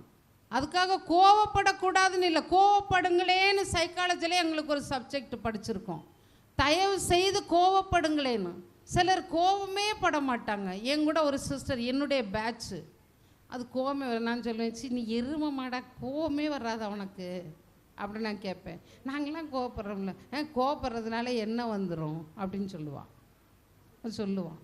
சி கோவமே வராத, இப்படி இருக்கு, எருமாட்டில் மழை பெஞ்சாப்புலன்னு சொல்லுவாங்களே, இப்படி இருக்கு. சி அந்த சிஸ்டர் இப்படி பேசுகிறாங்க, நீ பேசாமல் இருக்கு, எப்படி பிள்ளை அப்படின்னு கேட்பேன். கோவப்படுறதுனால என்ன எம்மடா வரப்போகுது, நம்ம பாட்டுக்கு அமைதியாக போயிடுவோம், அவன் பாட்டு போயிட்டு சொல்லிட்டு போகிறாங்க. அப்படி அந்த சிஸ்டரை டெய்லி நினைப்பேன். அது அப்படியே கோவப்படாமல் இருப்பாங்க. அதுபோல் நம்ம ஒரு சிலருக்கு கடவுள் அந்த வரத்தை கொடுத்துருப்பார் அமைதியாக இருக்க. ஆனால் சில நேரங்களில் சொல்ல வேண்டியதை, பேச வேண்டியதை, கோவப்பட வேண்டியதை, உதாரித்தனமாக இருக்கிற ஒரு கணவனுக்கிட்ட கோவப்படாமல் இருக்க முடியுமா? தாறுமாறாக செலவு பண்ணுற ஒரு மனைவி கிட்ட கோவப்படாமல் இருக்க முடியுமா? இடம் பொருள் ஏவல், கோவப்படணும். எப்படி? இடம் பொருள் ஏவல். அந்த இடம் சமயம் பார்த்து, சந்தர்ப்பம் பார்த்து, சூழ்நிலைகள் பார்த்து, அதுக்கு ஏற்ற போல், ஏமா இப்படி செய்கிறியே, இது நியாயமா, இது எதுக்கு இப்படி செய்கிற, இது இப்படி செஞ்சு வச்சா, சேர்த்து வச்சா நமக்கு தானே நல்லது அப்படி சொன்னால், நீ நல்ல கெட்டிக்காரி, நீ செய்வாயின்னு எனக்கு தெரியும், ஏதோ இப்படி செஞ்சுட்ட, சரி பார்த்து செய் அப்படி சொன்னால் அவங்களுக்கு நல்லதாக இருக்கும். நீ இப்படி தான் தாறுமாறாக செலவு பண்ணுவேன், நீ அப்படி தான் பண்ணுவேன், எனக்கு நல்லாவே தெரியும், சம்பாரித்து கொடுக்குற போகிற அப்படி, ஆமாம் நான் அப்படி தான் செய்கிறேன் வைக்கிறேன் அப்படின்னு சொல்லி அவள் இன்னும் ஒரு மாதிரி பண்ணுவாள் இல்லையா? அப்போ நீங்கள் சொல்கிற முறைகள் இருக்குதுல்ல, நீங்கள் பேசுகிற முறைகள் இருக்குதுல்ல. அப்போ நீங்கள் உங்கள் மாப்பிள்ளை காசு கொண்டு தரா, சரி, ஒரு ஒரு ஒரு மாதத்துக்கு அவங்க ஒரு 5000 ரூபா கொண்டு வந்து தருவாங்கன்னு வச்சுக்கோங்களேன். அப்போ ஒரு மாதம் கொண்டு வந்து 4000 ரூபா கொடுக்குறாங்க. ஏன் மீதி 1000 ரூபா எங்கே போச்சு, யாருக்கு கொடுத்தீங்க, என்ன பண்ணீங்க அப்படி ஏன் கேட்பீங்க? அப்படி என்னத்துக்கு கேட்குறீங்க? ஏப்பா 1000 ரூபா குறையா இருக்குது, என்ன செஞ்சீங்க, யாருக்கும் கொடுத்தீங்களா, யாருக்காவது உதவி செஞ்சீங்களா அப்படி கேட்டால் அவர் உண்மையை சொல்லிடுவார்ல. ஆமாம் இந்த அவங்க ரொம்ப கஷ்டப்பட்டாங்களா, அவங்களுக்கு கொடுத்தேன். இப்படிலாம் கொடுத்துக்கிட்டு இருக்காதியே, நம்மளுக்கே கஷ்டமாக இருக்குது அப்படின்னு சொன்னால் எப்படி இருக்கும்? சரி பரவாயில்ல, இந்த தடவை கொடுத்தீங்கப்பா, நமக்கும் கஷ்டம் தானே, நம்ம குடும்பத்துலேயும் அடுத்த முறைக்கு பார்த்து செய்யுங்கன்னா அப்படின்னு. தர்மம் தானே செஞ்சுருக்கோம். இப்படியெல்லாம் இருக்குது. தேவையற்ற கோபங்கள் குடும்பத்தில் வர்றதுக்கு வாய்ப்புகள் இருக்குது. இப்போ நான் பேசுகிற மாதிரி நீங்கள் பேசுனீங்கன்னா அந்த பிரச்சனை வருமா? இதெல்லாம் வருதா இல்லையா? குடும்பத்தில் இப்படி இருக்கா இல்லையா? கண்டிப்பாக இருக்குது. நிறைய பேர் வர்றாங்கள்ல, பேசுகிறாங்கல்ல, சொல்கிறாங்கல்ல. இதுக்கெல்லாம் நம்ம என்ன செய்யணும்? முந்தி பிந்தி அப்படி வரும் பொழுது அட்ஜஸ்ட் பண்ண படிக்கணும். சும்மா தொட்டதுக்கும் பிடிச்சதுக்கும் கோவப்படக்கூடாது. அப்போ இதில் எப்படி நீங்கள் இப்போ என்ன சொல்லி, சினமுற்றாலும் பாவம் செய்யாது பொழுது எதாடா நம்ம பார்த்தோம், எபேசியரை பார்த்தோம். பொழுது சினமுற்றாலும் பாவம் செய்யாது பொழுது. சரி கோவப்பட்டுட்டீங்க, சண்டை போட்டுட்டீங்க, சாயங்காலம் வரும் பொழுது என்ன செய்கிறது? சாயங்காலம் வீட்டுக்கு வரும் பொழுது என்ன செய்யணும்? காலையில் சண்டை வந்துருச்சு, கோவப்பட்டுட்டீங்க. அப்போ சாயங்காலம் வரும் பொழுது காப்பியை போட்டு என்ன செய்யணும்? இதை உங்கள் அப்பாட்ட கொண்டே கொடு. என்ன சொல்லுவீங்க? உங்கள் அப்பாட்ட கொண்டே கொடு. அந்த உங்கள் தாத்தா வந்திருக்காரு, இதை எடுத்து கொண்டே கொடு. சாப்பாட்டை போட்டு என்ன செய்கிறது? அவர்கிட்ட கொண்டே கொடு. ஐயோ கடவுளே, இப்படியெல்லாம் இருப்பீங்களா? அப்போ வந்துட்ட உடனே என்ன செய்யணும்? நீங்களாக வாலண்டியராக போகணும். என்னப்பா காலையில் இன்னும் மனசில் வச்சுருக்கீங்களா? சரி வாங்க காப்பி குடிங்க, அப்படி நீங்கள் பேசும் பொழுது உங்களுக்கு ஆசீர்வாதமாக இருக்கும், உங்களுக்கு பெரிய ஒரு நல்ல காரியங்கள் நடக்கும். ஆனால் நீங்கள் அப்படி செய்யவே மாட்டீங்க. வருஷ கணக்காக பகையாக இருப்பீங்க மாப்பிள்ளை கூட. பிள்ளையில உங்களுக்கு அவங்க மீடியேட்டராக வச்சுக்கிருவீங்க இங்கே அங்கேயும் போகிறதுக்கு. ஒரு தடவை ஒரு கோயிலில் நான் உட்காந்து ப்ரேயர் பண்ணிக்கிட்டு இருந்தேன். ஒரு கணவன் அந்த மூலையில் இருக்கார், இந்த மனைவி இங்கே இருக்கா. அந்த பொண்ணு இங்கே அங்கேயே ஓடிக்கிட்டே இருக்குது. அப்புறம் அந்த பொண்ணை கூப்பிட்டேன், இங்கே வா, என்ன அப்படின்னு கேட்டேன். அம்மா அப்பாட்ட சொன்னாங்களே, அதை போய் சொன்னேன். அப்போ உங்கள் அப்பா என்ன சொன்னாங்க? அம்மாட்ட சொன்ன இது கோயிலுக்குள்ளே நடக்கிற கதை. இங்கே அங்கேயே அந்த பொண்ணு ஓடிக்கிட்டே இருக்குது. அப்போ நான் என்ன செஞ்சேன், இங்கே 2 பேரும் இங்கே வாங்க அப்படின்னு சொல்லி நான் ஆராதனை எடுத்துக்கிட்டு இருந்தேன். இங்கே 2 பேரும் இந்த பக்கமாக வாங்க அப்படின்னு. என்ன உங்களுக்குள்ள சிஸ்டர், இவ சாப்பாடு செய்ய மாட்டேன்னு இப்படி கோயில் வந்து உட்காந்துருக்கா சிஸ்டர், எனக்கும் வேணான்னு நான் இங்கே வந்து உட்காந்துருக்கேன். அப்போ இந்த பிள்ளை கதை என்னாச்சு? இந்த பிள்ளை கதை என்னாச்சு? முட்டாள்தனமாக பண்ணிக்கிட்டு இருக்கீங்களே, உங்களுக்கு இது நல்லதாக தெரியுதா? வேறு எங்கேயாவது போயிருங்க, அந்த கோயிலுக்குள்ளேயே வந்தீங்க. இப்போ கடவுள்கிட்ட இப்போ மன்னிப்பு கேட்டுட்டு போய் சாப்பாடு செஞ்சு 3 பேர் சாப்பிட்டுட்டு படுங்க போங்க அப்படின்னு. அப்போ இந்த மாதிரி பிள்ளைங்களை மீடியேட்டராக வைக்கிறது, அதுகளுக்கு உள்ளத்துக்குள்ளே என்னென்னலாம் வரும். ஐயோ அம்மா இப்படி பண்ணுறாங்க அப்படி பண்ணுறாங்க. வருங்காலத்தில் அவங்களுக்கு அது செய்கிறதுக்கு ஒரு வாய்ப்பாக இருக்கும். அப்போ சாயங்காலத்துக்குள்ளே வரும் பொழுது காலையில் உள்ள கோபம் சாயங்காலத்துக்குள்ளே அது எதுக்கு அப்படி சொல்லியிருக்குன்னா, காலையில் அந்த இருள் போன்ற சினம் இருள் போன்றது, அந்த சினத்தை மாற்றுறது ஒளி போன்றது. அப்போ அந்த ஒளி போல் நீங்கள் அந்த கோபத்தை மறைச்சிட்டு மாற்றிட்டு நீங்கள் நல்ல விதமாக சந்தோஷமாக நைட்டில் படுக்கணும். காலையில் புதுசாக ஃப்ரெஷ்ஷாக எழும்பணும். அதுக்கு தான் அந்த சினமுற்றாலும் உங்கள் பொழுது சாய்வதற்குள், அப்போ அந்த பொழுது இருள் வருவதுக்குள்ளே நீங்கள் ஒளியாகிய அந்த சமாதானத்துக்குள்ளே போகணும். அதுக்கு தான் அந்த கருத்தை அதில் போட்டிருக்கு. சிலருக்கு இந்த கோபக்குணம் வாரங்களாகும், நாட்களாகும், மாதங்களாகும், வருடங்களாகும் அந்த கோபத்தை சொல்லி தீர்த்து சமாதானமாகிறதுக்கு. இந்த மாதிரிலாம் இருக்குது. ஒரு பிள்ளை குழந்தைய தூக்கிட்டு சென்னையிலேருந்து வந்துட்டான். நான் டைவர்ஸ் வாங்க போகிறேன், என் மாப்பிள்ளையோட எனக்கு வாழ முடியாது, எப்போ பார்த்தாலும் கோவப்பட்டுக்கிட்டே இருக்காரு, சம்பாதிக்கிற காசை கொண்டு வந்து கணக்காக ஒழுங்காக கொடுத்து சொல்ல மாட்டேங்கிறாரு, அதனால் நான் அவரோட வாழலை, நான் டைவர்ஸ் வாங்க போகிறேன். இங்கே வந்திருக்கான். அப்போ அவங்க அத்தை என்கிட்ட கூட்டிகிட்டு வரான். இப்படி குழந்தைய தூக்கிட்டு வந்துட்டா சிஸ்டர், இவள்கிட்ட பேசுங்க அப்படின்னு. அப்போ பேசுனா அவர் சொல்கிறா, சிஸ்டர் அவர் காசெல்லாம் கொண்டு வந்து என்கிட்ட கொடுக்க மாட்டேங்கிறாரு, அவர் என்ன பண்ணுறாருன்னே தெரியல, கேட்டால் கோவப்படுறாரு, அதுக்காக இப்போ என்னம்மா செய்ய போகிறேன், நான் அவரோட வாழ மாட்டேன், நான் டைவர்ஸ் வாங்க போகிறேன், அவரோட வாழ மாட்டேன் அப்படின்னு. அப்போ நான் கேட்டேன், ஒரு குழந்தையோட வந்திருக்க, நீ வாழ மாட்டேன்னு சொல்கிற, இந்த காசு பணம் கொடுக்கல வைக்கலை அப்படின்னு இதுக்காக இன்னைக்கு வெளியில் நீ போனீன்னா உன் மாப்பிள்ளை எங்கன்னு கேட்டால் என்ன சொல்லுவேன், இந்த பையனுடைய அப்பா எங்கன்னு கேட்டால் என்ன சொல்லுவேன், ஸ்கூலில் கொண்டு போய் சேர்க்கும் பொழுது என்ன செய்வேன், நீ ஒரு வேலை இல்லை ஒன்றும் இல்லை சும்மா இருக்கிற, நீ என்ன பண்ணுவ, வாழ்க்கையே என்ன பண்ணுவ, அந்த பிள்ளை அப்பா எங்கன்னு கேட்டால் என்ன சொல்லுவ. இதெல்லாம் தப்புமா, நீ பண்ணுறது தப்பு. ஒரு கணவன் இல்லாமல் ஒரு மனைவி வாழ்கிற இந்த உலகத்தில் பெரிய கேள்விக்குறின்று. குடிகாரனாக இருந்தாலும் அவனோட நீ வாழ்ந்து காட்டு. அவன் திருத்தணும்னு சொல்லித்தான் உனக்கு கடவுள் கொடுத்துருக்காரு. எத்தனையோ ஆண்கள் இருக்காங்க, அந்த ஆள் உனக்கு கொடுத்தாதான் நீ திருத்துவ. அவன் கோபக்காரனாக இருந்தால் சாந்த சொர்பியாக மாற்றணும், நீ பொறுமையாக இருக்கணும், அதுக்கு தான் உனக்கு கொடுத்துருக்காங்க. இந்த அடுத்த வாரம் போகிறான் அவன் மாப்பிள்ளையோட, சரி சிஸ்டர் நான் போய் வாழ போகிறேன், நான் போகிறேன், போகிறா. இப்படி அந்த பிள்ளைங்களுக்கு நம்ம சொல்லி கொடுக்கணும். நீங்கள் நல்ல விதமாக வாழும் பொழுது தான் உங்கள் பிள்ளைங்க போய் நல்ல விதமாக வாழுங்க. நீங்கள் எரிஞ்சு கோவப்பட்டு முழு நேரம் அப்பா அம்மாவோட சண்டை போட்டு அந்த பிள்ளை கல்யாணம் வேணான்னு சொல்லிச்சு பார்த்தீங்களா, சண்டை போட்டுக்கிட்டே இருக்காங்க அப்படின்னு. அப்போ இந்த கோபக்குணம் வாழ்க்கையவே நாசப்படுத்தும். அதனால் இந்த கோபத்தை நீங்கள் அதுக்காக கேளுங்க, வேறு பொண்ணு பொருள் எல்லாம் உங்களுக்கு வந்து சேரும். நீங்கள் அமைதியாக நல்ல விதமாக இருந்து ஆண்டவர்கிட்ட செபிங்க, கண்டிப்பாக உங்களுக்கு எல்லா வித ஆசீர்வாதங்களும் உங்களுக்கு கிடைக்கும். யாக்கோப்பு 1:20 எடுங்க பார்க்கலாம். யாக்கோப்பு 1:20. மனிதரின் சினம் கடவுளுக்கு ஏற்புடைய செயல்கள் நிறைவேற தடையா இருக்கிறது. மனிதரின் சினம். இந்த வார்த்தையை நீங்க கண்டிப்பா தியானிக்கணும். இந்த வார்த்தையை நீங்க வேற எது வேணாலும் கேட்டாலும் விட்டுருங்க. இந்த ஒரு வார்த்தையை நீங்க வாழ்க்கைக்கு இன்னைக்கு எடுங்க. யாக்கோப்பு 1:20 எழுதி வச்சுக்கோங்க. என்ன போட்டிருக்கு பாருங்க. மனிதரின் சினம் கடவுளுக்கு ஏற்புடைய செயல்கள் நிறைவேற தடையா இருக்கிறது. உங்களுக்கு ஒரு நன்மையை செய்ய அவர் திட்டம் போட்டிருப்பார். கடவுள் உனக்கு நல்ல ஒரு வேலை வாய்ப்பு கொடுக்க திட்டம் போட்டிருப்பார்.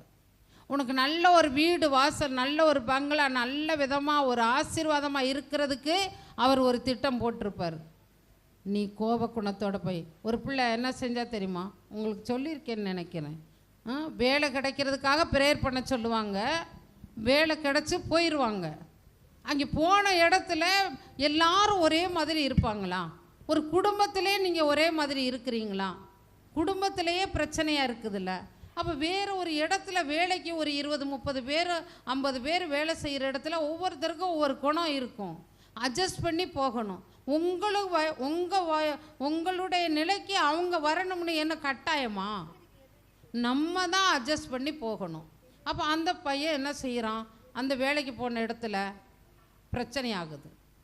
பிரச்சனையான உடனே அந்த பொண்ணு என்ன சொல்லுது? ஐயோ மதர், எனக்கு அங்கே இருக்கவே முடிக்கல. அந்த அம்மாவோட எனக்கு பெரிய பிரச்சனையாக இருக்குது. அது நான் வேலையே விட்டுட்டு நிற்க போகிறேன். எவ்வளோ தூரம் செபம் பண்ணி வேலை கிடச்சிருக்கு பிள்ளை. இப்போ வேலையை விட்டுட்டு நிற்க போகிறேன்னு சொல்கிற அந்த அம்மா பிரச்சனை. நீ உன்னுடைய கடமையை கரெக்டாக செய். சொல்கிறவங்க சொல்லிட்டு போகிறாங்க, நல்லா இரு. நீ ப்ரேயர் பண்ண அவங்களுக்காக. ஆண்டவரே, இவங்களுடைய கோப குணத்தை மாற்றுங்க. நான் என்ன செஞ்சாலும் குறையா சொல்கிறாங்க அப்படின்னு சொல்லி மாற்றுங்க. நீ வேலையை மட்டும் விட்டுறாத. விட்டுட்டு திருப்பி வேலை கிடைக்கணும் ப்ரேயர் பண்ணணும். நான் பண்ணவே மாட்டேன். நான் கஷ்டப்பட்டு தான் உனக்கு ப்ரேயர் பண்ணி வேலை கிடச்சிருக்கு. அப்போ அந்த பிள்ளை மறுபடியும் ப்ரேயர் பண்ண சொல்லி ப்ரேயர் பண்ணியிருக்கோம். ஒரு மாதம் கழித்து சொல்லுது அவங்களுக்கு ட்ரான்ஸ்ஃபர் போட்டாங்கன்னு. அந்த அம்மாவுக்கு ட்ரான்ஸ்ஃபர் போட்டாங்க அப்படின்னு சொல்கிறேன். அப்போ ப்ரேயர் பண்ணி அவளுக்கு இவ மாறி கொஞ்சம் ப்ரேயர் பண்ணினதுனால கடவுளை அவளுக்கு நன்மை செய்கிறாங்க. அப்போ கோவப்பட்டுக்கிட்டே இருந்ததுன்னா, நீ டிஸ்மிஸ் பண்ணி விட்டுருந்தா என்ன செய்வீங்க? அதனால் அட்ஜஸ்ட் பண்ணணும். குடும்பத்தில் தான் நீங்கள் போகிறீங்க. நீங்கள் உங்கள் குடும்பத்தில் ஒரு மாதிரி உங்களுடைய பழக்க வழக்கங்கள் இருக்கும். வேறு ஒரு குடும்பத்துக்கு கல்யாணம் பண்ணி போகும் பொழுது அங்கே வேறு பழக்க வழக்கங்கள் இருக்கும். அட்ஜஸ்ட் பண்ணணும். அப்போ கோவப்படுறாங்க, இப்படி செய்யலைன்னு சொல்கிறாங்க, அப்படி செய்யலைன்னு சொல்கிறாங்க. ஒரு அம்மா என்கிட்ட சொல்கிறாங்க, சிஸ்டர் புடலங்காயத்தானே சிஸ்டர் இப்படி பண்ணணும், அது பீன்ஸையும் எடுத்து இப்படி பண்ணிக்கிட்டு இருக்கு சிஸ்டர். அப்போ கோவம் வருமா வராதா சிஸ்டர்? ஒரு கர்மமும் தெரிய மாட்டேங்குது, இதை பிடிச்சி கட்டிக்கிட்டு வந்துட்டோம் அப்படின்னு சொல்கிறேன். அப்போ நான் சொல்கிறேன், ஏம்மா உங்கள் காலத்தில் உள்ள பழக்க வழக்கம் வேறு, உங்கள் மாமியார் காலத்தில் உள்ள பழக்க வழக்கங்கள் வேறு. இப்போ இந்த பிள்ளைங்க நல்லா படிச்சுட்டு அது கம்ப்யூட்டர்லேயே உட்காந்து பணி செய்யுதுங்க. அதுகளை அப்படின்னு சொன்னால் அவங்க அம்மா அவளுக்கு சொல்லி கொடுத்துருக்கணும். அவங்க அம்மா எப்படியோ சம்பாரிச்சுக்கிட்டு வரா, வேலைக்கு போகிறா அப்படின்னு இருக்காங்க.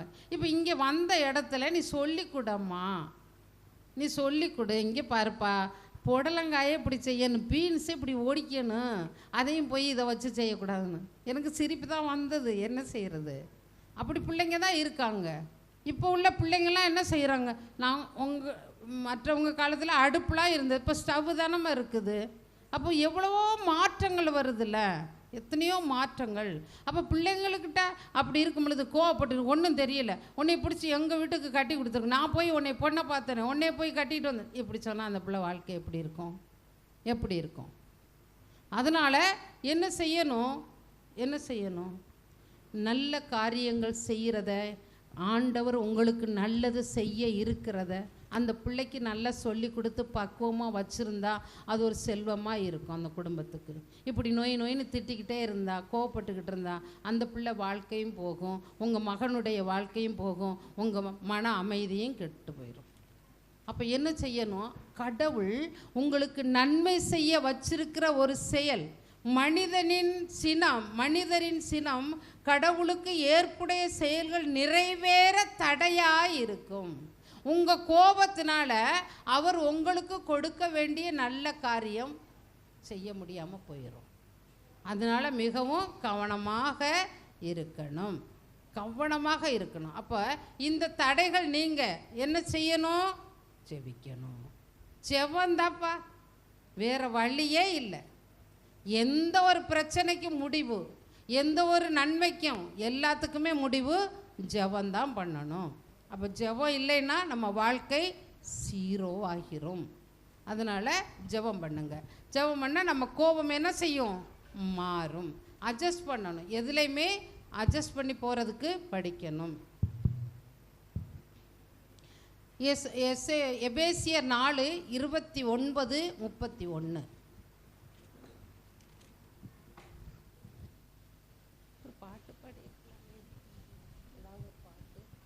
கெட்ட வார்த்தை எதுவும் உங்கள் வாய் நின்று வரக்கூடாது.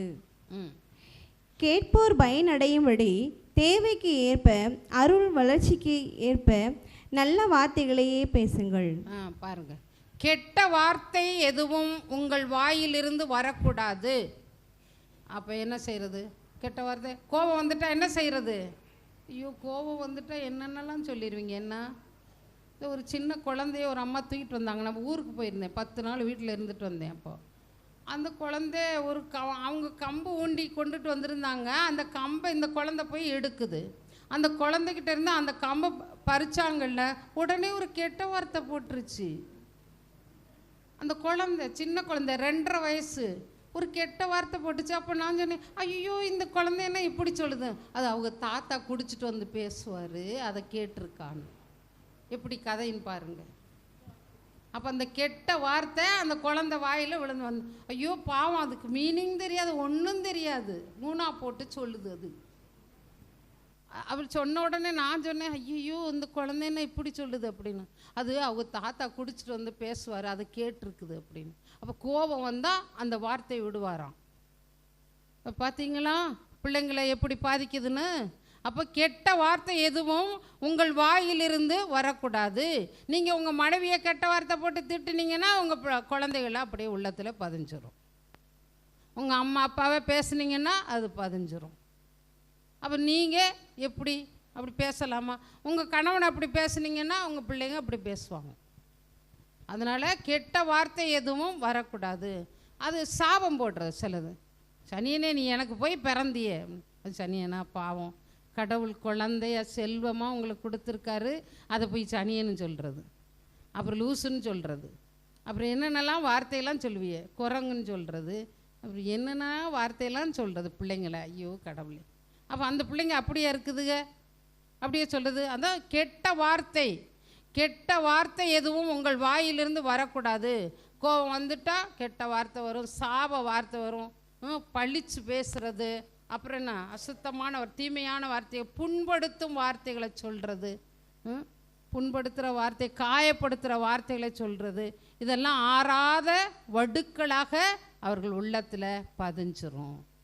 அப்போ அவங்களுக்கு அது வெறுப்பு தான் வரும், வெறுப்பு தான் வரும், அவங்ககிட்ட பேச முடியாது. அப்போ கோபத்தில் என்ன செய்யக்கூடாது? சாபமான வார்த்தைகள், கெட்ட வார்த்தைகள், பழிக்கிற வார்த்தைகள், நாசமாக போவேன், நீ நல்லா இருப்பியா, ஐயோ பாவம் சொல்லக்கூடாது. அது பாவம் நமக்கு.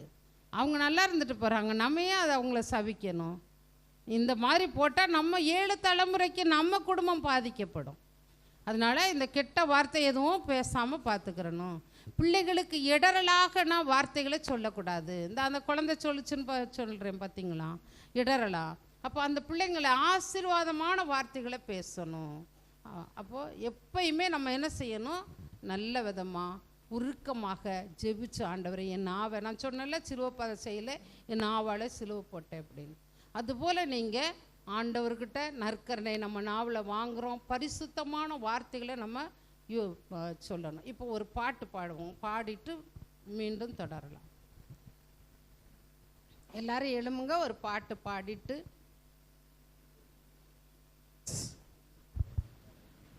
எல்லோரும் எழுந்து நின்று ஆண்டவரை துதித்து பாடும்.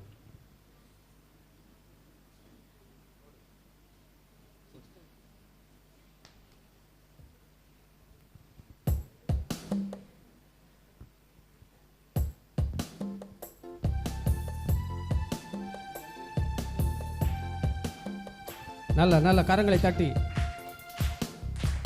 உமக்கு பிரியமானதை செய்ய எனக்கு கற்றுத் தாரும் தெய்வமே. உமக்கு பிரியமானதை செய்ய எனக்கு கற்றுத் தாரும் தெய்வமே. நீரே என் தேவன், நீரே என் தேவன். நல்ல பரிசுத்த ஆவியானவர் செம்மையான வழியிலே நடத்த வேண்டுமே. நல்ல பரிசுத்த ஆவியானவர் செம்மையான வழியிலே நடத்த வேண்டுமே. மேக ஸ்தம்பமே, அக்கினி ஸ்தம்பமே, தேற்றும் தெய்வமே, துணையாளரே. மேக ஸ்தம்பமே, அக்கினி ஸ்தம்பமே, தேற்றும் தெய்வமே, துணையாளரே. உமக்கு பிரியமானதை செய்ய எனக்கு கற்றுத் தாரும் தெய்வமே. உமக்கு பிரியமானதை செய்ய எனக்கு கற்றுத் தாரும் தெய்வமே. உம்மை நோக்கி என் கைகளை உயர்த்தி உயர்த்தி மகிழ்கின்றேன் ஐயா. உம்மை நோக்கி என் கைகளை உயர்த்தி உயர்த்தி மகிழ்கின்றேன் ஐயா. வறண்ட நிலம் தவிப்பது போல், வறண்ட நிலம் தவிப்பது போல் என் ஆன்மா உமக்காக ஒவ்வொரு நாளும் ஏங்கி ஏங்கி தவிக்கின்றதையா. என் ஆன்மா உமக்காக ஒவ்வொரு நாளும் ஏங்கி ஏங்கி தவிக்கின்றதையா. எனது ஏக்கமே, எனது பிரியமே, எனது பாசமே, எனது ஆசையே, எனது ஏக்கமே, எனது பிரியமே, எனது பாசமே, எனது ஆசையே. உமக்கு பிரியமானதை செய்ய எனக்கு கற்றுத் தாரும் தெய்வமே. உமக்கு பிரியமானதை செய்ய எனக்கு கற்றுத் தாரும் தெய்வமே. உமது அன்பை எப்போதுமே காணச் செய்யும் கருணை நேசரே. உமது அன்பை எப்போதுமே காணச் செய்யும் கருணை நேசரே. உம்மையே நம்பி உள்ளே, உம்மையே நம்பியுள்ளே. நீர் விரும்பும் நல்ல பாதைகளை தினந்தோறும் காட்ட வேண்டும் திவ்யநாதரே. நீர் விரும்பும் நல்ல பாதைகளை தினந்தோறும் காட்ட வேண்டும் திவ்யநாதரே. அன்பின் சிகரமே, ஆருயிரே, அணைக்கும் தெய்வமே, ஆறுதலே. அன்பின் சிகரமே, ஆருயிரே, அணைக்கும் தெய்வமே, ஆறுதலே. உமக்கு பிரியமானதை செய்ய எனக்கு கற்றுத் தாரும் தெய்வமே. உமக்கு பிரியமானதை செய்ய எனக்கு கற்றுத் தாரும் தெய்வமே. நீரே என் தேவன், நீரே என் தேவன். நல்ல பரிசுத்த ஆவியானவர் செம்மையான வழியிலே நடத்த வேண்டுமே. நல்ல பரிசுத்த ஆவியானவர் செம்மையான வழியிலே நடத்த வேண்டுமே. மேக ஸ்தம்பமே, அக்கினி ஸ்தம்பமே, தேற்றும் தெய்வமே, துணையாளரே. மேக ஸ்தம்பமே, அக்கினி ஸ்தம்பமே, தேற்றும் தெய்வமே, துணையாளரே. உட்காருங்க.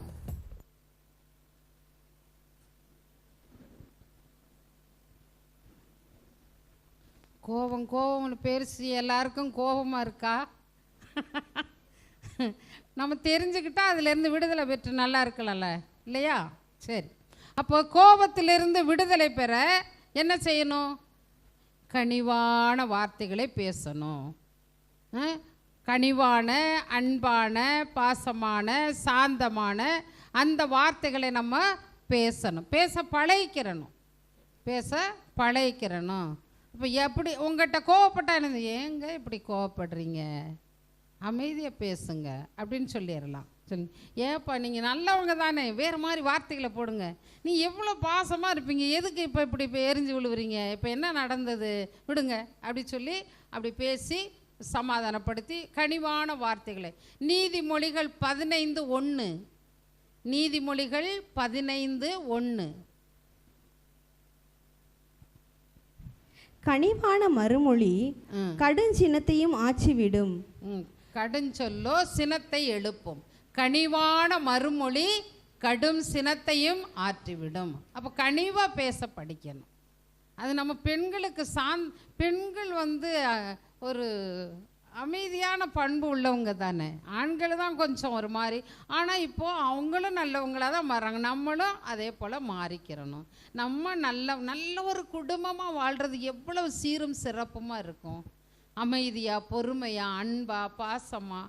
அப்போ நீங்கள் இப்படி இருக்கிறத பார்த்து பிள்ளைங்களுக்கு எங்கள் அம்மா அப்படி தான் இருப்பாங்க, எங்கள் அப்பா இப்படி தான் இருப்பாங்க அப்படின்னு சொல்லி அவங்களுக்கு அது ஒரு மாடலாக எடுத்துக்கொள்ளுவாங்கள்ல. அதனால் நீங்கள் என்ன செய்யணும்? கனிவாக பேச படிச்சுக்கிறணும். பாராட்டி பாராட்டுறது போல் ஒரு வாழ்க்கையை மாற்ற வேறு ஒரு மருந்து ஒன்றுமே இல்லை. எப்படிப்பட்டவங்களையும் நம்ம அதுக்காக எனக்கு தெரியும் நீ சும்மா இப்படி சொல்கிறேன்னு சமய சந்தர்ப்பம் இடம் பொருள் ஏவல் பார்த்து பேசி சரி பண்ணணும். சரி, தாழ்ச்சியோடு பேசணும், சாந்தத்தோடு பேசணும். நான் ஏதாவது கேட்டேன்னா யார்கிட்ட இதை கொஞ்சம் செய்யுங்களா, ஏன் சிஸ்டர் இப்படி பேசுகிறீங்க, அது செய்யுங்க அப்படின்னு சொன்னான்னா அந்த தோரணை எனக்கு வராது. சிஸ்டர்ஸாக பொறுப்பில் இருந்தாலும் பதவியில் இருந்தாலும் சிஸ்டர் இதை கொஞ்சம் செய்யுங்களேன் அப்படின்னு. சரி, மதர் என்ன இவ்வளவு தாழ்மையாக கேட்குறாங்க, ஒரு அதிகார தொனியோடு அது வராது. அந்த சிலர் ஆணவமாக அதிகாரமாக அப்படி. இப்போது நீங்கள் உங்களுடைய சமுதாயத்தில், குடும்பங்களில், ஊர்களில், நாடு வீட்டில், சபைகளில், அன்பியங்களில், ஆலயத்தில் இதெல்லாம் சிலர் அகந்தே பேசுவாங்க, ஆணவமாக பேசுவாங்க, எரிச்சலாக பேசுவாங்க. நீயா நானா, எனக்கெல்லாம் அந்த பொறுப்பு கொடுத்துருக்காங்க, நான் தான் செய்யணும் இப்படிங்கிறதுலாம் இருக்கும் இல்லையா? அன்பியங்களெல்லாம் அப்படி இருக்குல்ல. கோவிலில், சர்ச்சில், குடும்பங்களில் சில மாமியாரும் மருமகள் கூட நான் தானே இது என்னிட்டலாம் அவள் கேட்டு செய்யணும், எதுக்கு அவள் செஞ்சா இப்படி கூட பேசுவாங்க இல்லையா? அவள் தெரியாமல் செஞ்சுட்டேன், தெரியலை, சரி இப்படி இப்படி தானா, சரி. அப்படி தாழ்ச்சியாக போகும் பொழுது கடவுள் நம்மளை என்ன செய்வார்? உயர்த்துவார். அப்போ கணவன் மனைவிக்குள்ளே கோவப்படுறத கனிவாக பேசணும். அதே போல் பிள்ளைங்கள் கற்றுக்கொள்கிற மாதிரி நீங்கள் இருந்து கொள்ளணும்.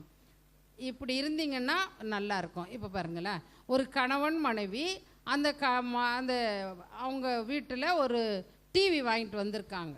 அவங்களுக்கு என்ன அந்த சம்பளத்தில் அதுக்கு பேர் என்ன சொல்கிறது, திடீர்னு அவங்களுக்கு ஒரு ஆஃபர் மாதிரி கொடுப்பாங்கல்ல, போனஸ் மாதிரி என்னமோ கொடுத்துருக்காங்க. போனஸில் அதுக்கு என்ன சொல்லுவாங்க? சரி, அவங்களுக்கு பணம் கிடச்சிருக்குது.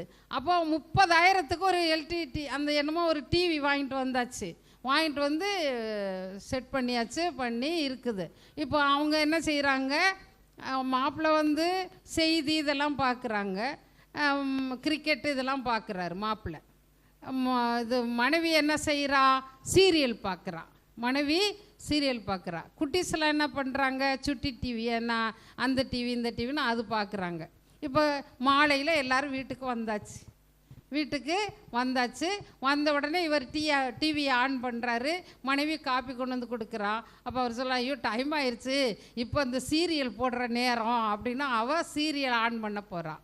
ஐயோ நான் இப்போ இது முடிச்சுக்கிறேன், இது என்ன மெசேஜ் போடுறான், என்ன நியூஸ்ன்னு சொல்லி இதை பார்த்துக்கிறேன் அப்படின்னு அவர் சொல்கிறாரு. இப்போ இவர் எனக்கு சுட்டி டிவி போடணும், எனக்கு அந்த டிவி போடணும்னா அந்த பாப்பா போடுது. இப்போ ஆளுக்கு சொல்லி சண்டை. இப்போ எந்த டிவி போடுறது என்ன போடணும்னு தெரியல. இவர் என்ன செய்துட்டாரு, இவர் இப்படியில் நிற்கிறாரு, அவ இப்படியில், ஐயோ சீரியல் ஓடிருன்னு அவ கதறா, இல்லை எனக்கு இது வேணும்னு இந்த பிள்ளை சொல்லுது. இப்படி கடைசியில் என்ன செஞ்சுட்டார் தெரியுமா மாப்பிள்ளை, டீ டம்ளரோட டிவி மேலே வீசி அதுக்கு உடஞ்சிட்டு. கோவத்தை பார்த்தீங்களா எப்படி நடந்துச்சுன்னு பார்த்தீங்களா? இப்படி தான் குடும்பத்தில் சண்டை வர்றது. ஒருத்தருக்கு ஒருத்தர் விட்டு கொடுத்தான்னா அந்த சீரியல் பார்த்து இந்த அம்மாவுக்கு என்ன நிறைவு வரப்போகுது? அவர் ஒரு செய்தி கேட்குறார், நாட்டு நடப்பு என்ன நடக்குதுன்னு ஒரு கிரிக்கெட்டோ என்ன செய்தியும் பார்க்குறார். அவர் இந்த ஆண்டு இது அதை பார்க்கணும், அந்த டிவி என்ன குடும்பத்தில் பாருங்கள். கடைசியில் 30,000க்கு வாங்கிட்டு வந்து ஒரு வாரத்துக்குள்ளே உடஞ்சிருச்சு. அந்த டீயோட தூக்கி எண்ணத்தே செய்யன்னு தூக்கி வீசிட்டார், உடஞ்சி போச்சா? இப்படி தான் பிரச்சனை. அப்போ எனக்கு சரி பண்ணிங்கன்னா பார்த்துக்கங்க, நான் பிந்தினா பார்த்துக்கிறேன், போனால் போயிட்டு போகுது, அதில் என்ன விட்டு கொடுத்தாண்ணே, சரி நீனா பார்த்துக்க நான் கொஞ்சம் ரெஸ்ட் எடுக்கிறேன்னு அவர் விட்டு கொடுத்தாண்ணே. கோவத்தை பார்த்தீங்களா எப்படி பிரச்சனைகள் வருதுன்னு? அப்போ இந்த டிவி என்ன செய்யுது, இவ்வளவு கஷ்டப்பட்டு வாங்கி போச்சு. சரி, யூதாசு நம்ம ஆண்டவரோட வருவோம், வெளியிலே உள்ள காரியங்களை பார்க்குறோம். இயேசுவுக்கு 12 சீடர்கள் இருந்தாங்க இல்லையா? 12 சீடர்களும் ஒரே மாதிரியாக இருந்தாங்க. ஆளாளுக்கா ஒன்று, நானா நீ பெரியவனா நான் பெரியவனா, இப்படி இவங்களுக்குள்ளேயும் பிரச்சனை.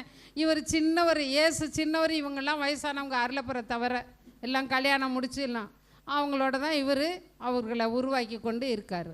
அப்போ ஆளாளுக்கா ஒரு பிரச்சனை. இப்படி பிரச்சனையில் யூதாஸ் என்ன செய்கிறாரு, இவ்வளவு தூரம் அவரோட இருந்துட்டோம் அவரை போய் என்ன செய்கிறாரு, காட்டி கொடுக்குறாரு. அதுவும் முத்தமிட்டு காட்டி கொடுக்குறாரு. எவ்வளோ பெரிய துரோகம் பாருங்க, முத்தமிட்டு காட்டி கொடுக்குறாரு. ஏசு திட்டுனாரா? சி அயோக்கிய பையில, நீ முத்தமிட்டா என்னை காட்டி கொடுற, ஓடுறா அப்படின்னு சொல்லி திட்டுனாரா? திட்டலை. இல்லை சபிச்சாரா? கோபப்பட்டாரா? அடிச்சாரா? ஒன்றுமே சொல்லலை. என்ன சொன்னார், என்ன வார்த்தை சொன்னார்? நண்பா முத்தமிட்டா காட்டி கொடுக்கிறாய். கனிவான வார்த்தை பார்த்தீங்களா? அந்த வார்த்தையில் அவன் அங்கேயே மயங்க விட்டு அவன்களெல்லாம் போங்கடா நீங்கள், ஐயோ நான் இவர் இல்லை நீங்கள் போங்க, நான் தெரியாமல் செஞ்சுட்டேன்னு சொல்லியிருக்கலாம். நான் சொல்லலை. கடைசியில் அவனுக்கு எப்படி வாழ்க்கை பார்த்தீங்களா, மரணம் எப்படி இருந்தது பாருங்க. துரோகம் செய்யக்கூடாது, கோபப்பட்டு துரோகம் செய்யக்கூடாது, நயவஞ்சகமாக நடிக்கக்கூடாது. அப்போ அவர் இவ்வளோ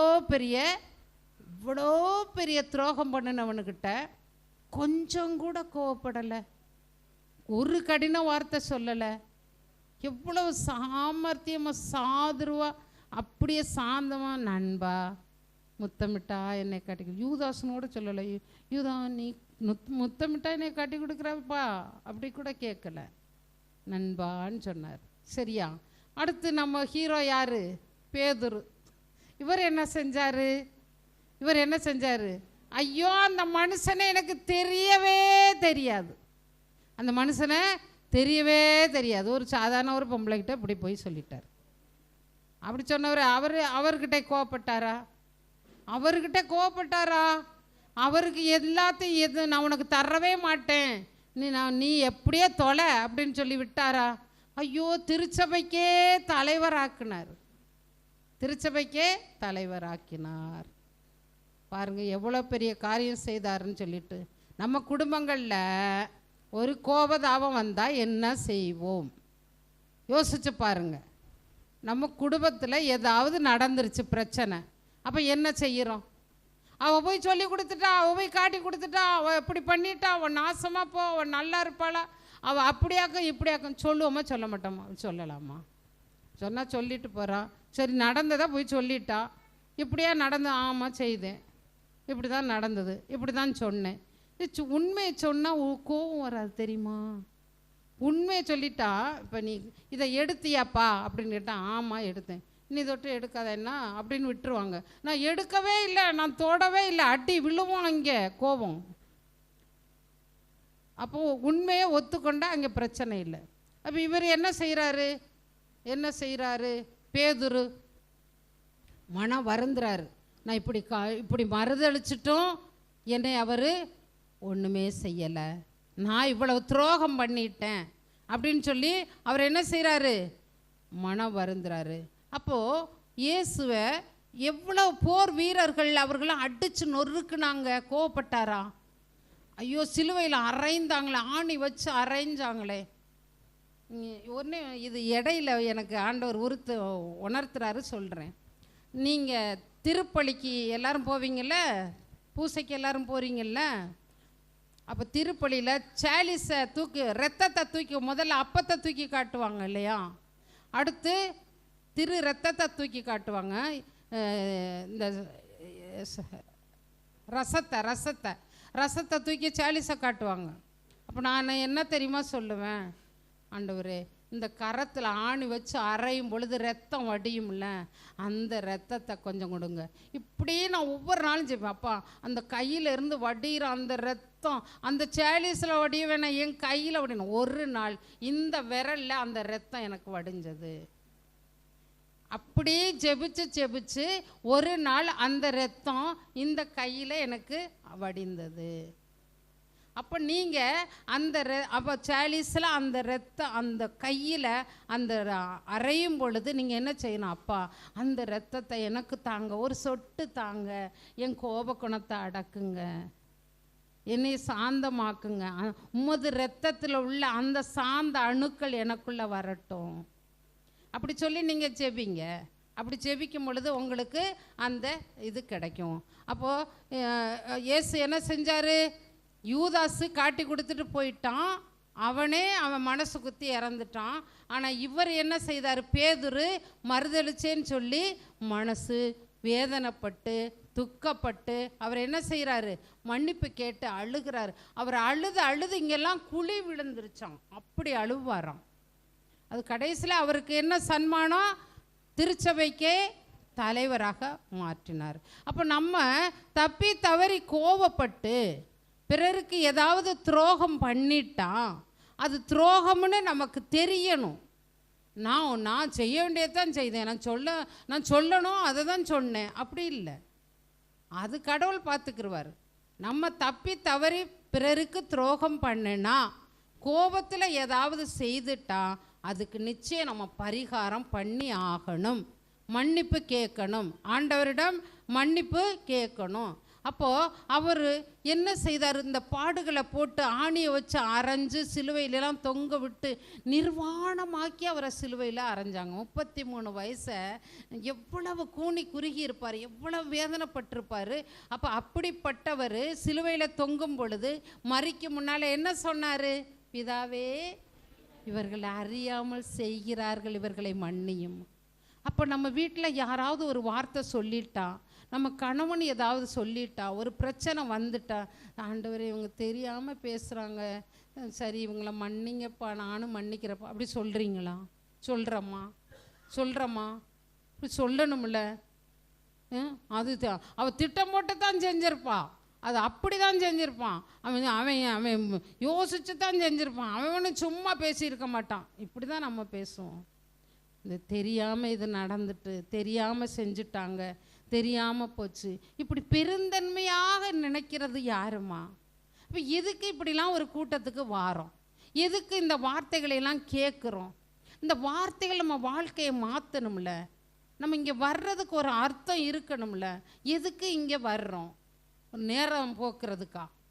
ஏதோ ஒரு நன்மை கிடைக்கும், நம்ம வாழ்க்கை நல்லா வரணும், நம்ம ஒரு முன்னேற்றத்துக்கு வரணும், நம்ம ஒரு நல்ல மனிதர்களாக வாழணும், 4 பேருக்கு நல்லது செய்யணும் அப்படிங்கிற ஒரு கருத்தில் தானே வர்றீங்க. அப்போ அப்படி வர்றவங்க இதை கேட்கும் பொழுது, இதெல்லாம் பார்க்கும் பொழுது, இது நம்ம வாழ்க்கைக்கு எடுத்து மாற்றணும். முடியலையா? கேட்கணும். ஆண்டவரே நீங்கள் தர்றேன்னு சொல்லி கேளுங்கள், தரப்படும் சொல்லியிருக்கீங்க, எனக்கு தாங்கப்பா, நான் மாறணும். இந்த வாலிப பிள்ளைகள்லாம் நிறைய செய்யணும், நீங்கள் நிறைய பேரை உருவாக்கணும், நிறைய பேர் கற்றுக் கொடுக்கணும், நீங்கள் படித்ததை மற்றவங்களுக்கு செய்யணும், உங்களுடைய வாழ்க்கையை பார்த்து மற்றவங்களாம் உங்களை பின்பற்றி வரணும். அந்த மாதிரி நீங்கள் மாறணும். நிறைய மாற வேண்டியது இருக்குது. நீங்கள் சும்மா வந்து இங்கே உட்காந்து கேட்டுட்டு போகிறதே அர்த்தமே இல்லை. வாழ்க்கை மாற்றணும். நான் என்ன இன்னைக்கு மதர் ஜென்ரலாக அவங்க சபையில் உட்காந்துருக்கலாம். நான் அதெல்லாம் விட்டுட்டு எதுக்கு இங்கே வந்திருக்கேன்? எனக்கு வேண்டான்னு சொல்லித்தானே நான் வந்திருக்கேன். இப்படி 4 பேர் இப்படி மக்களுக்கெல்லாம் நல்லது, நமக்கு கடவுள் கொடுத்த வார்த்தைகளை எடுத்து சொல்லணும். நம்மளும் வாழணும், நம்ம மக்களுக்கும் அதை எடுத்து கொடுக்கணும். நைட்டு 12 மணி வரைக்கும் நான் ஜெபம் பண்ணியிருக்கேன். திருப்பி 4 மணிக்கு எழும்பி ஜெபம் பண்ணியிருக்கேன். இப்போ பேசாமல் ரெஸ்ட் எடுக்கலாம்ல? ஆண்டவரே, மக்களுக்கு 4 வார்த்தையை சொல்லும் பொழுது அவங்க உள்ளத்தில் பட்டு அவங்களும் நல்லவங்களாக வாழுவாங்க, அவங்க 4 பேருக்கு உதவியாக இருப்பாங்க. அந்த ஒரு கருத்தில் தானே வரோம். அந்த எண்ணம் நமக்கு இருக்கணும். ஒரு விதை முளைச்சி அது எவ்வளோ பலன் கொடுக்குது. சாதாரண ஒரு விதை. அப்போ நான் ஒரு மனிதன், என்னை அவர் சாயலில் படைச்சிருக்காரு. அவருக்குரிய பண்புகளை ஆக்கவும் அழிக்கவும் சக்தியை எனக்கு கொடுத்துருக்காரு. அவருடைய உணர்வுகளை எனக்கு கொடுத்துருக்காரு. அப்போ அதை வச்சு நான் பயன்படுத்தி நான் என்ன சாதிக்கிறேன்? என்னுடைய லட்சியம் என்ன? நான் என்ன இந்த சமுதாயத்தில் நான் பிறந்ததுனால என்ன நன்மை செய்கிறேன்? எனக்கு பின்னால் என் பேர் எப்படி? உன் பேரை சிறப்புற செய்வேன்னு சொன்னார். அப்போ என் பேர் எப்படி சிறப்புறோம்? நான் என்ன என் குடும்பத்துக்கு செய்திருக்கேன், என்னுடைய சமுதாயத்துக்கு, என் ஊருக்கு, என் சர்ச்சுக்கு, என்னுடைய அன்பியத்துக்கு, திருச்சபைக்கு நான் என்ன செய்கிறேன்? அதெல்லாம் நீங்கள் நினைக்கணும். சும்மா தேவையில்லாமல் வந்து உட்கார்ந்துருந்துட்டு கேட்டும் கேட்காம வந்தோம் போனோம் அப்படி இல்லை. ஒரு காரியம் நடக்கணும். உங்களுக்கு நடந்த ஒரு நல்ல செய்தி எடுத்து சொல்லணும்.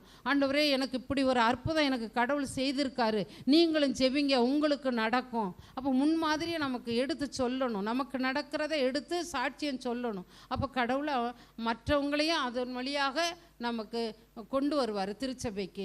அதுதான் நம்ம செய்கிறது. இப்படி நாங்கள் நின்று சிஸ்டர்ஸு ஃபாதர்ஸு ஒரு சிலர் தான் போதிக்கணும் இல்லை, ஒவ்வொருத்தரையும் போதகர்களாக தாயின் கருவில் உருவாக முன்னரே தேர்ந்தெடுத்திருக்கிறாரு. ஒரு சிஸ்டர் சொல்ல, உங்களை மாதிரியே நானும் சொல்ல ஆசைப்படுறேன். நான் என்னம்மா அப்படியே சொல்லி பிறப்பிலிருந்தே வந்தேன். இல்லை, நம்ம வாசிக்கும் பொழுது இறை வார்த்தையில் எடுத்து எழுதணும். நீங்கள் இறை வார்த்தையை காலையில் பைபிளை எடுத்து வாசிக்கும் பொழுது உங்களுக்கு கிடைக்கிற இறை வார்த்தையை பைபிளை நோட்டை வச்சு அதை எழுதணும். எழுதிட்டு இப்போ ஒரு வார்த்தை, இப்போ கோபம்னு சொல்லும் பொழுது கோபத்தை பற்றி வச்சு எழுதுனதுனால தானே இப்போ எடுத்துகிட்டு வந்து சொல்ல முடியுது. இல்லைன்னா எப்படி சொல்ல முடியும்? அதே போல் கொடுங்கள். அப்போ என்னென்னலாம் கொடுங்கள், அதை பற்றி என்னென்ன கொடுத்துருக்குது? அப்போ நீங்கள் எழுதுனதில் என்னென்ன இருக்குது? அப்போ நீங்கள் பைபிள் எதுக்கு வாசிக்கிறீங்க? ஒரு வார்த்தை சொன்னால் அதே வச்சுக்கிட்டு என் மாமி எப்படி சொல்லிட்டான்னு இருக்குது. அப்போ கடவுள் சொன்ன வார்த்தை, என் அருமை மகளே ஏன் அழுகிறாய்? மகளே தைரியமாக இரு, மகனே துணிவோடு இரு, நான் உன்னோடு இருப்பேன், உனக்கு நிழலாக இருப்பேன், நான் நினைத்ததை உனக்கு செய்து முடிக்கும் அளவும் உன்னை கைவிட மாட்டேன். அப்போ இந்த வார்த்தைகள்லாம் நீங்கள் நினச்சி இப்படிலாம் சொல்லியிருக்கீங்களே, செய்யுங்க. சண்டை போடுங்க, ஆண்டவரோட சண்டை போட்டு கேளுங்க. நீங்கள் இப்படி சொன்னீங்களா, பொய் சொல்லுவீங்களா, சொல்ல மாட்டீங்களா? அப்போ செய்யுங்க, கேளுங்க, தருவார். அப்போ நீங்கள் வந்ததுடைய அர்த்தத்தை நீங்கள் செய்யணும். அப்போது நீங்கள் என்ன செய்யணும்? கனிவாக பேசணும். பிரச்சனை வந்தால் அவங்கள மன்னிக்கணும். கோவப்படாமல் அவங்க செஞ்சது, ஆண்டவரே தெரியாமல் செஞ்சுட்டாங்க, மன்னிச்சிரு. ஏம்மா இப்படி பொறுமையாக போயிட்டேன்? நீ பொறுமையாக போ, அவங்களும் பொறுமையாக வந்துடுவாங்க. என் மருமக பொறுமையாக போயிட்டான், ஒன்றும் பேச முடியாமல் போயிடுச்சு, அப்போ மறுபடியும் அவங்களும் மாறுவாங்க. இப்படி தான் இருக்கணும். சரி, லூக்கா 10:19. லூக்கா 10:19. நிறைய இருக்கேன், இன்னும் கொஞ்ச நேரம் தான் இருக்குன்னு. சீக்கிரம் வாசிங்க பார்க்கலாம்.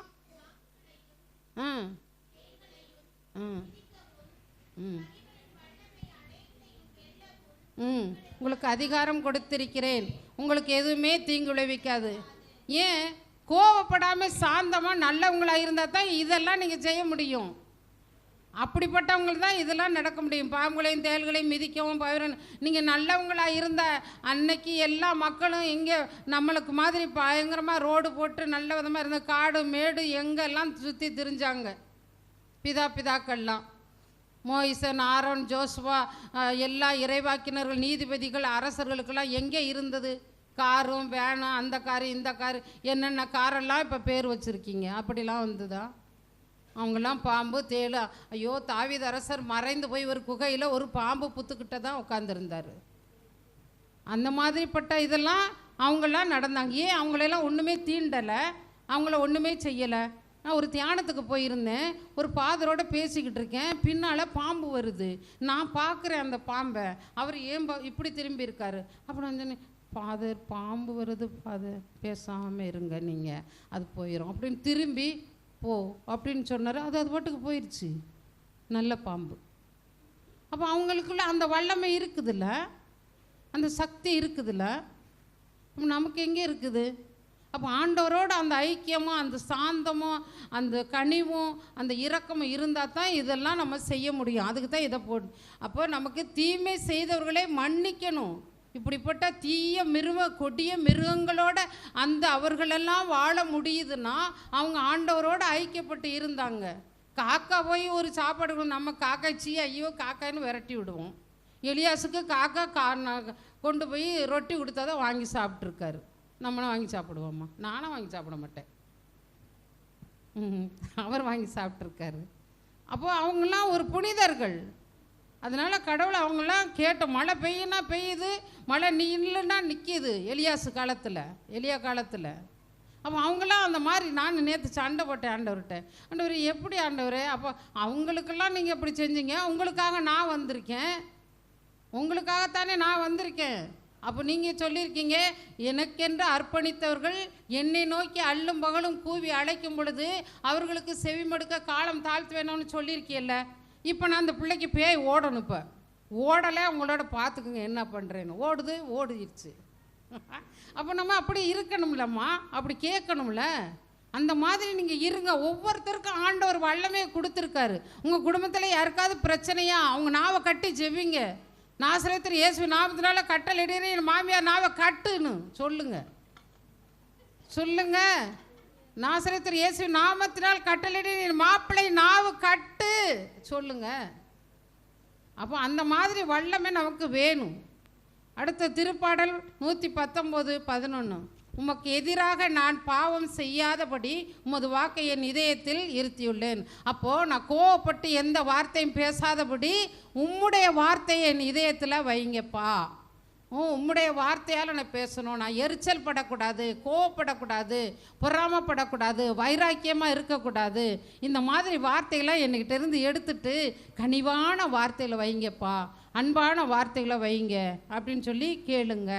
இப்போ யாக்கோப்பு யோசேப்பு தொடக்க நூல் 37:3-4. சரி, இந்த அவருடைய யோசேப்புடைய சகோதரர்களாக என்ன, யோசேப்புடைய சகோதரர்களாக என்ன செய்தாங்க? நிறைய துரோகம் பண்ணாங்க இல்லையா? நிறைய அவரை பிடிச்சி விற்றாங்க. துணியை அவருடைய ட்ரெஸ்ஸை கலட்டிட்டு கிணத்துக்குள்ளே போட்டாங்க. என்னென்னலாம் பண்ணாங்க. அவர் சபிச்சாரா, திட்டுனாரா, கோவப்பட்டாரா? இல்லவே இல்லை. அழுதார். அவர் அழுதார். அப்போ அப்படிப்பட்டவங்ககிட்ட திருப்பி அவர் என்ன செஞ்சிட்டாரு? சிறைச்சாலையில் போட்டாங்க. என்னென்னலாம் நடந்தது யோசேப்புக்கு. அப்போ அவர் என்ன செஞ்சார்? கடைசியில் அந்த சகோதரர்கள் அவர்கிட்ட தான் வந்து சரணடைஞ்சாங்க. அப்போ பழி வாங்கினாரா? நாய்களா நீங்களாக வந்திருக்கீங்க என்கிட்ட, என்னென்ன மாதிரி அக்கிரமம் பண்ணினீங்க, எனக்கு துரோகம் பண்ணீங்க, என் ட்ரெஸ்ஸை கலட்டி கிணத்துல போட்டீங்க, என்னையே விற்றீங்க 20 வெள்ளிக்காசுக்கு, என்னை என்னென்ன அக்கிரமெல்லாம் பண்ணீங்க. நான் வேறு நாட்டில் போய் ஒருத்தர் எனக்கு தெரியாது, ஒரு சாப்பாடும் வித்தியாசம், ஜனங்களும் வித்தியாசம், எல்லாம் வித்தியாசம், எவ்வளோ கஷ்டப்பட்டேன். இப்போ என்கிட்ட வந்திருக்கீங்களா, வச்சுக்கிறேன் இருங்க உங்களுக்குன்னு ஆப்பு வச்சாரா? இல்லைப்பா. எல்லா சாப்பாடும் எல்லாம் கொடுத்து கடைசியில் கண்டுபிடிச்சிட்டு என்ன சொல்கிறாரு? நீங்கள் போகும் பொழுது உங்களுக்குள்ள சச்சரவு பண்ணிக்கிறாதீங்க. நீ தானடா அப்படி செய்ய சொன்ன, நீ தானடா அப்படி போட்ட, நீ தானடா சட்டையை கலட்டின, நீ தானே அப்படின்னு உங்களுக்குள்ள சச்சரவு பண்ணிக்கிறாதீங்க. எவ்வளோ பெருந்தன்மை பாருங்க. இதுதான் புனிதத்துவம், இதுதான் ஜெபம். எவ்வளோ துரோகம் பண்ணாலும் என்கிட்ட ஒரு சிஸ்டர் கேட்பாங்க, அந்த சிஸ்டர் இப்படிலாம் அவங்கள பேசுனாங்களே, எப்படி சிஸ்டர் அவங்ககிட்ட பேசுகிறீங்க? அவங்ககிட்ட பேசாதீங்க அப்படின்னு சொல்லுவாங்க. பேசாமல் இருக்கலாமாம்மா? ஒரு துறவிகள் அப்படி இருக்கலாமா? இருக்கக்கூடாது, அப்படிலாம் செய்யக்கூடாது. பேசிடுவேன். அவங்க சொல்லுவாங்க, எப்படி தான் சிஸ்டர் அவங்ககிட்ட பேசணும், ஒரு தாய் மாதிரி இருக்கணும், எல்லாத்தையும் விட்டுட்டு வந்து அவங்க துறவரத்துக்கு நம்ம ஒரு மதர் ஒரு தாய் மாதிரி இருக்கணும். குறை நேர செய்கிற ஒரு தாய் எப்படி பிள்ளைகளை எல்லா பிள்ளைகளையும் அரவணைச்சு கொள்ளுவீங்களா? அது சேட்டை விடுதுன்னா அடித்து விட்டு சாப்பாடு கொடுக்காம இருப்பீங்களா? அப்போ அதுபோல் இருக்கணும். துறவரம்னால அந்த மாதிரி இல்லை, இருக்கணும். அதனால என்ன செய்யணும்? பழி வாங்கக்கூடாது. கோபத்தில் என்ன செய்யக்கூடாது? பழி வாங்கக்கூடாது. சரி, மறுபடிக்கு அந்த கோவப்படலாம்னு நான் சொன்னேன்ல, கோவப்படுங்களேன்னு சொன்னேன். கோவப்படலாம். இயேசு கோவப்பட்டார்ல, சரியான நேரத்தில் கோவப்பட்டார். அதே போல் சரியான நேரத்தில் நீங்கள் கோவப்படுறது தப்பு இல்லை. ஆனால் அந்த கோபத்தை வைராக்கியமாக வச்சுக்கிட்டு இருக்கக்கூடாது. ஒரு பிள்ளை தப்பு பண்ணால் திருத்தணும், கோவப்படணும். நீ செய்தது தப்புமா, நீ செஞ்சுருக்கவே கூடாது, நீ தப்பு பண்ணிட்ட, இப்போ நான் உங்கள் அப்பாட்ட சொல்லுவேன், நீ அதை திருத்தி தான் ஆகணும். அம்மா அப்பாட்ட சொல்லாத, சொல்லணும், அப்பாவுக்கும் தெரியணும். அம்மாவும் மகளும் ரகசியமாக வைக்கக்கூடாது. எத்தனையோ குடும்பங்கள் அந்த பிரச்சனை இருக்குது. தாய் மகளும் சேர்ந்து தப்பு பண்ணிவிட்டு அது பிரச்சனையாக இருக்குது. அதனால் அப்படி அப்பாவுக்கு தெரியணும். எந்த பிரச்சனையானாலும் குடும்ப தலைவனுக்கு தெரியணும், உங்கள் கணவனுக்கு தெரியணும். தெரியாமல் இருக்கவே கூடாது. எத்தனை பேர் மறைச்சி வைப்பீங்க, ஐயோ என் மக இப்படி பண்ணிட்டா, அவருக்கு தெரிஞ்சால் அவர் திட்டுவார், அப்புறம் நாளைக்கு ஒரு பிரச்சனை வந்தால் என்ன செய்வியா? அவரை தான் வந்து நிற்கணும். அதனால் குடும்பத்தில் கணவன் மனைவி பிள்ளைங்க எல்லா காரியங்களும் சமமாக தெரிஞ்சு நல்ல உரையாடி எல்லாம் தெரியும். சில பிள்ளைகளுக்கு கஷ்டமே தெரியாமல் எல்லாம் வாங்கி கொடுத்து வளர்க்குற தகப்பன்கள் இருக்காங்க. கேட்டதெல்லாம் வாங்கி கொடுக்கறது. அந்த பிள்ளைக்கு ஒரு வீடு கட்டி பால் காய்ச்சினாங்க, எங்கள் வீட்டில் தான். வசதிகள் இருக்குதான், அதுக்காக அந்த குழந்தை கேட்குதான், அப்பா எனக்கு ஸ்விம்மிங் பூல் கட்டித்தாப்பா வீட்டில் அப்படின்னு. என்ன கதை? அதுக்கு திமுறது. இப்போ நான் சொன்னேன், அப்பா மகனே வீடு கட்டிட்ட நல்லதான் இருக்குது, அதுக்காக வசதி வாய்ப்பு இருக்குன்னா அந்த மாதிரிலாம் செய்யக்கூடாது. விரலுக்கு தகுந்த வீக்கம் இருக்கணும். அது சின்ன குழந்தை தெரியாமல் கேட்குது, நீ அந்த மாதிரிலாம் செஞ்சால் தொலைச்சிருவேன். அந்த மாதிரிலாம் நம்ம செய்யக்கூடாது. அந்த அது அவங்க பணக்காரவங்க பெரிய கோடீஸ்வரர்கள் செஞ்சுட்டு போகிறாங்க, நம்ம நடுத்தரத்தில் தானே இருக்கோம். அதுக்கு அது அறியாமல் கேட்குது. யாராவது ஒரு ஸ்கூலில் படிக்கிற ஃப்ரெண்ட்ஸு சொல்லியிருப்பாங்க, எங்கள் வீட்டில் இப்படி அப்படின்னு. அதுக்காக அப்படி செய்ய முடியுமாம்மா? உங்களுக்கு உங்கள் குடும்பத்துக்கு இருக்கிற வரவு செலவுக்கு தகுந்தபடி தான் உங்கள் பிள்ளை. என் மக கோவப்படுவான் வாங்கி கொடுக்காட்ட, என் மகன் துக்கப்படுவான் வாங்கி கொடுக்கணும். செய்ய வேண்டியதை செய்யணும், திருத்த வேண்டியதை திருத்தணும். கோவப்பட வேண்டிய நேரத்தில் கோவப்பட்டே ஆகணும். கண்டிப்பாக கோவப்பட வேண்டிய நேரத்தில் கோவப்பட்டு ஆகணும். இயேசு கோவப்பட்டார். அதுக்கு தான் நான் சொன்னேன், இடம் பொருள் ஏவல். சரியான நோக்கத்தோடு கோவப்படணும், சரியான நோக்கத்தோடு கோவப்படணும். தேவையில்லாமல் கோவப்படக்கூடாது. சரியா? சரி.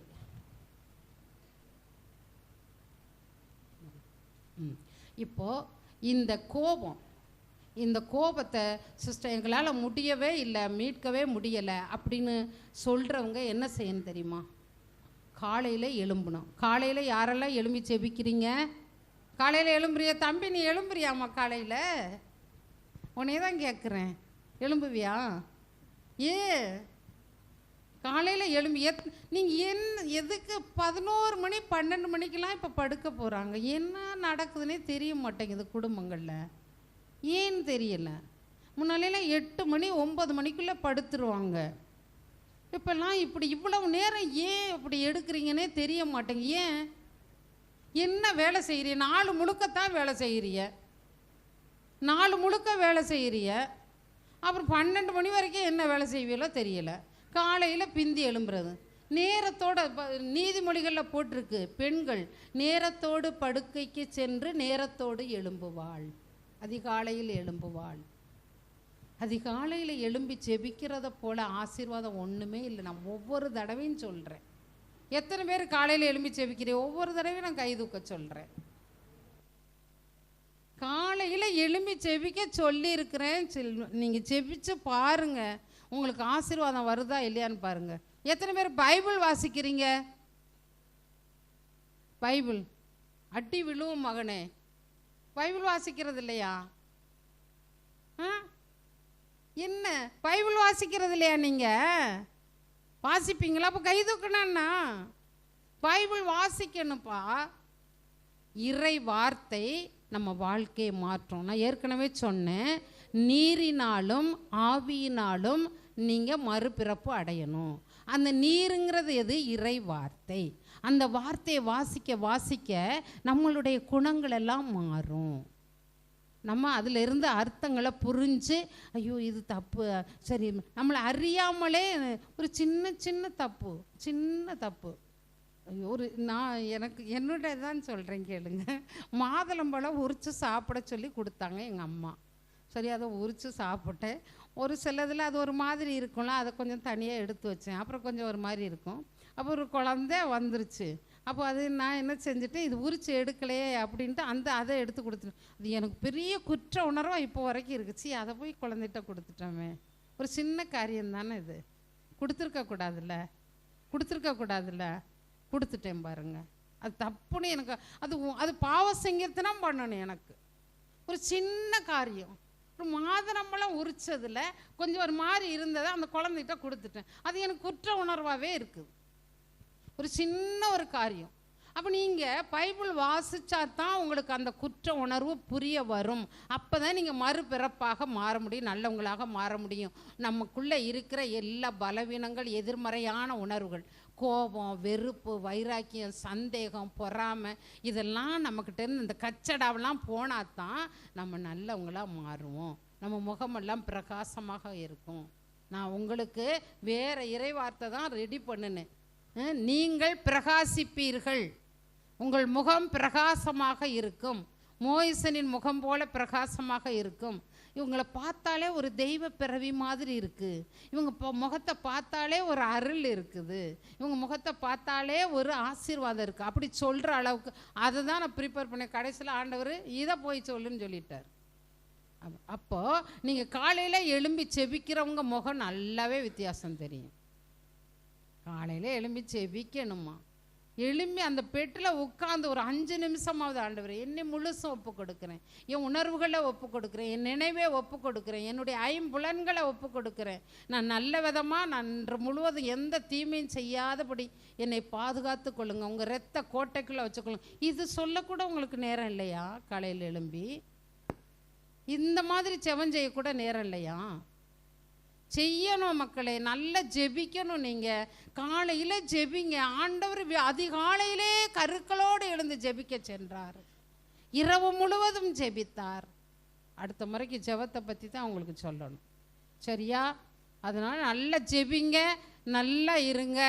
நம்மக்கிட்ட இருக்கிற எதிர்மறையான எல்லா உணர்வுகளும் கோபங்களும் போகட்டும்.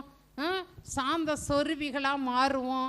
மற்றவங்களாம் பார்த்து பிரமிக்க, இவங்களாம் இப்படி மாறிட்டாங்க அப்படின்னு கேட்குற அளவுக்கு நம்ம வாழ்க்கையை நம்ம மாற்றிக்கொள்ளுவோம், சரியா?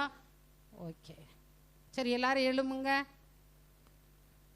எழுமுங்க, நல்ல சத்தமாக ஜெபிங்க. உங்களுக்கு ஜெபிக்கவே தெரிய மாட்டேங்குது. எவ்வளவு தூரம் நீங்கள் சத்தமாக குரல் எழுப்பி ஜெபிக்கிறீங்களோ உங்களுடைய ஜெபம் வானத்தை ஊடுருவி ஆண்டவருடைய பாதப்படிக்கு போய் அவர் விண்ணக வாயிலை திறந்து உங்களுக்கு ஆசீர்வாதங்களை பொழிவார். அப்போ நீங்கள் மொனன்னு வச்சுக்கிட்டு இருந்தீங்கன்னா எப்படி? இவங்க நிற்கிறாங்கன்னு பார்க்காதீங்க. ஆண்டவரே எனக்கு எதிர்மறையான எல்லா உணர்வுகளை எடுத்து மாற்றுங்கப்பா, முதல் இரத்தத்தால் என்னை கழுவுங்க, எனக்கு நல்ல ஒரு பண்புகளை, குணங்களை தாங்க, கனிவை தாங்க, அன்பை தாங்க, இரக்கத்தை தாங்க, கோப உணர்வு எல்லாத்தையும் எடுத்து போட்டுருங்கப்பா, உமக்கு ஒவ்வாத எல்லாத்தையும் வேரோட பிடுங்கி போடுங்கப்பா, நீங்கள் நடாத நாற்றுக்களையெல்லாம் வேரோடு பிடுங்கி போட்டுருங்கப்பா. நான் நல்ல ஒரு பரிசுத்தமான ஆசீர்வாதமான ஒரு நல்ல ஒரு பெண்ணாக, நல்ல ஒரு மனைவியாக, நல்ல ஒரு மருமகளாக, நல்ல ஒரு தாயாக, நல்ல ஒரு மகனாக, அப்பாவாக, மகனாக வாழணும் அப்படிங்கிற ஒரு கருத்தோடு சத்தமாக எல்லாரும் சேர்ந்து ஜெபிப்போம்.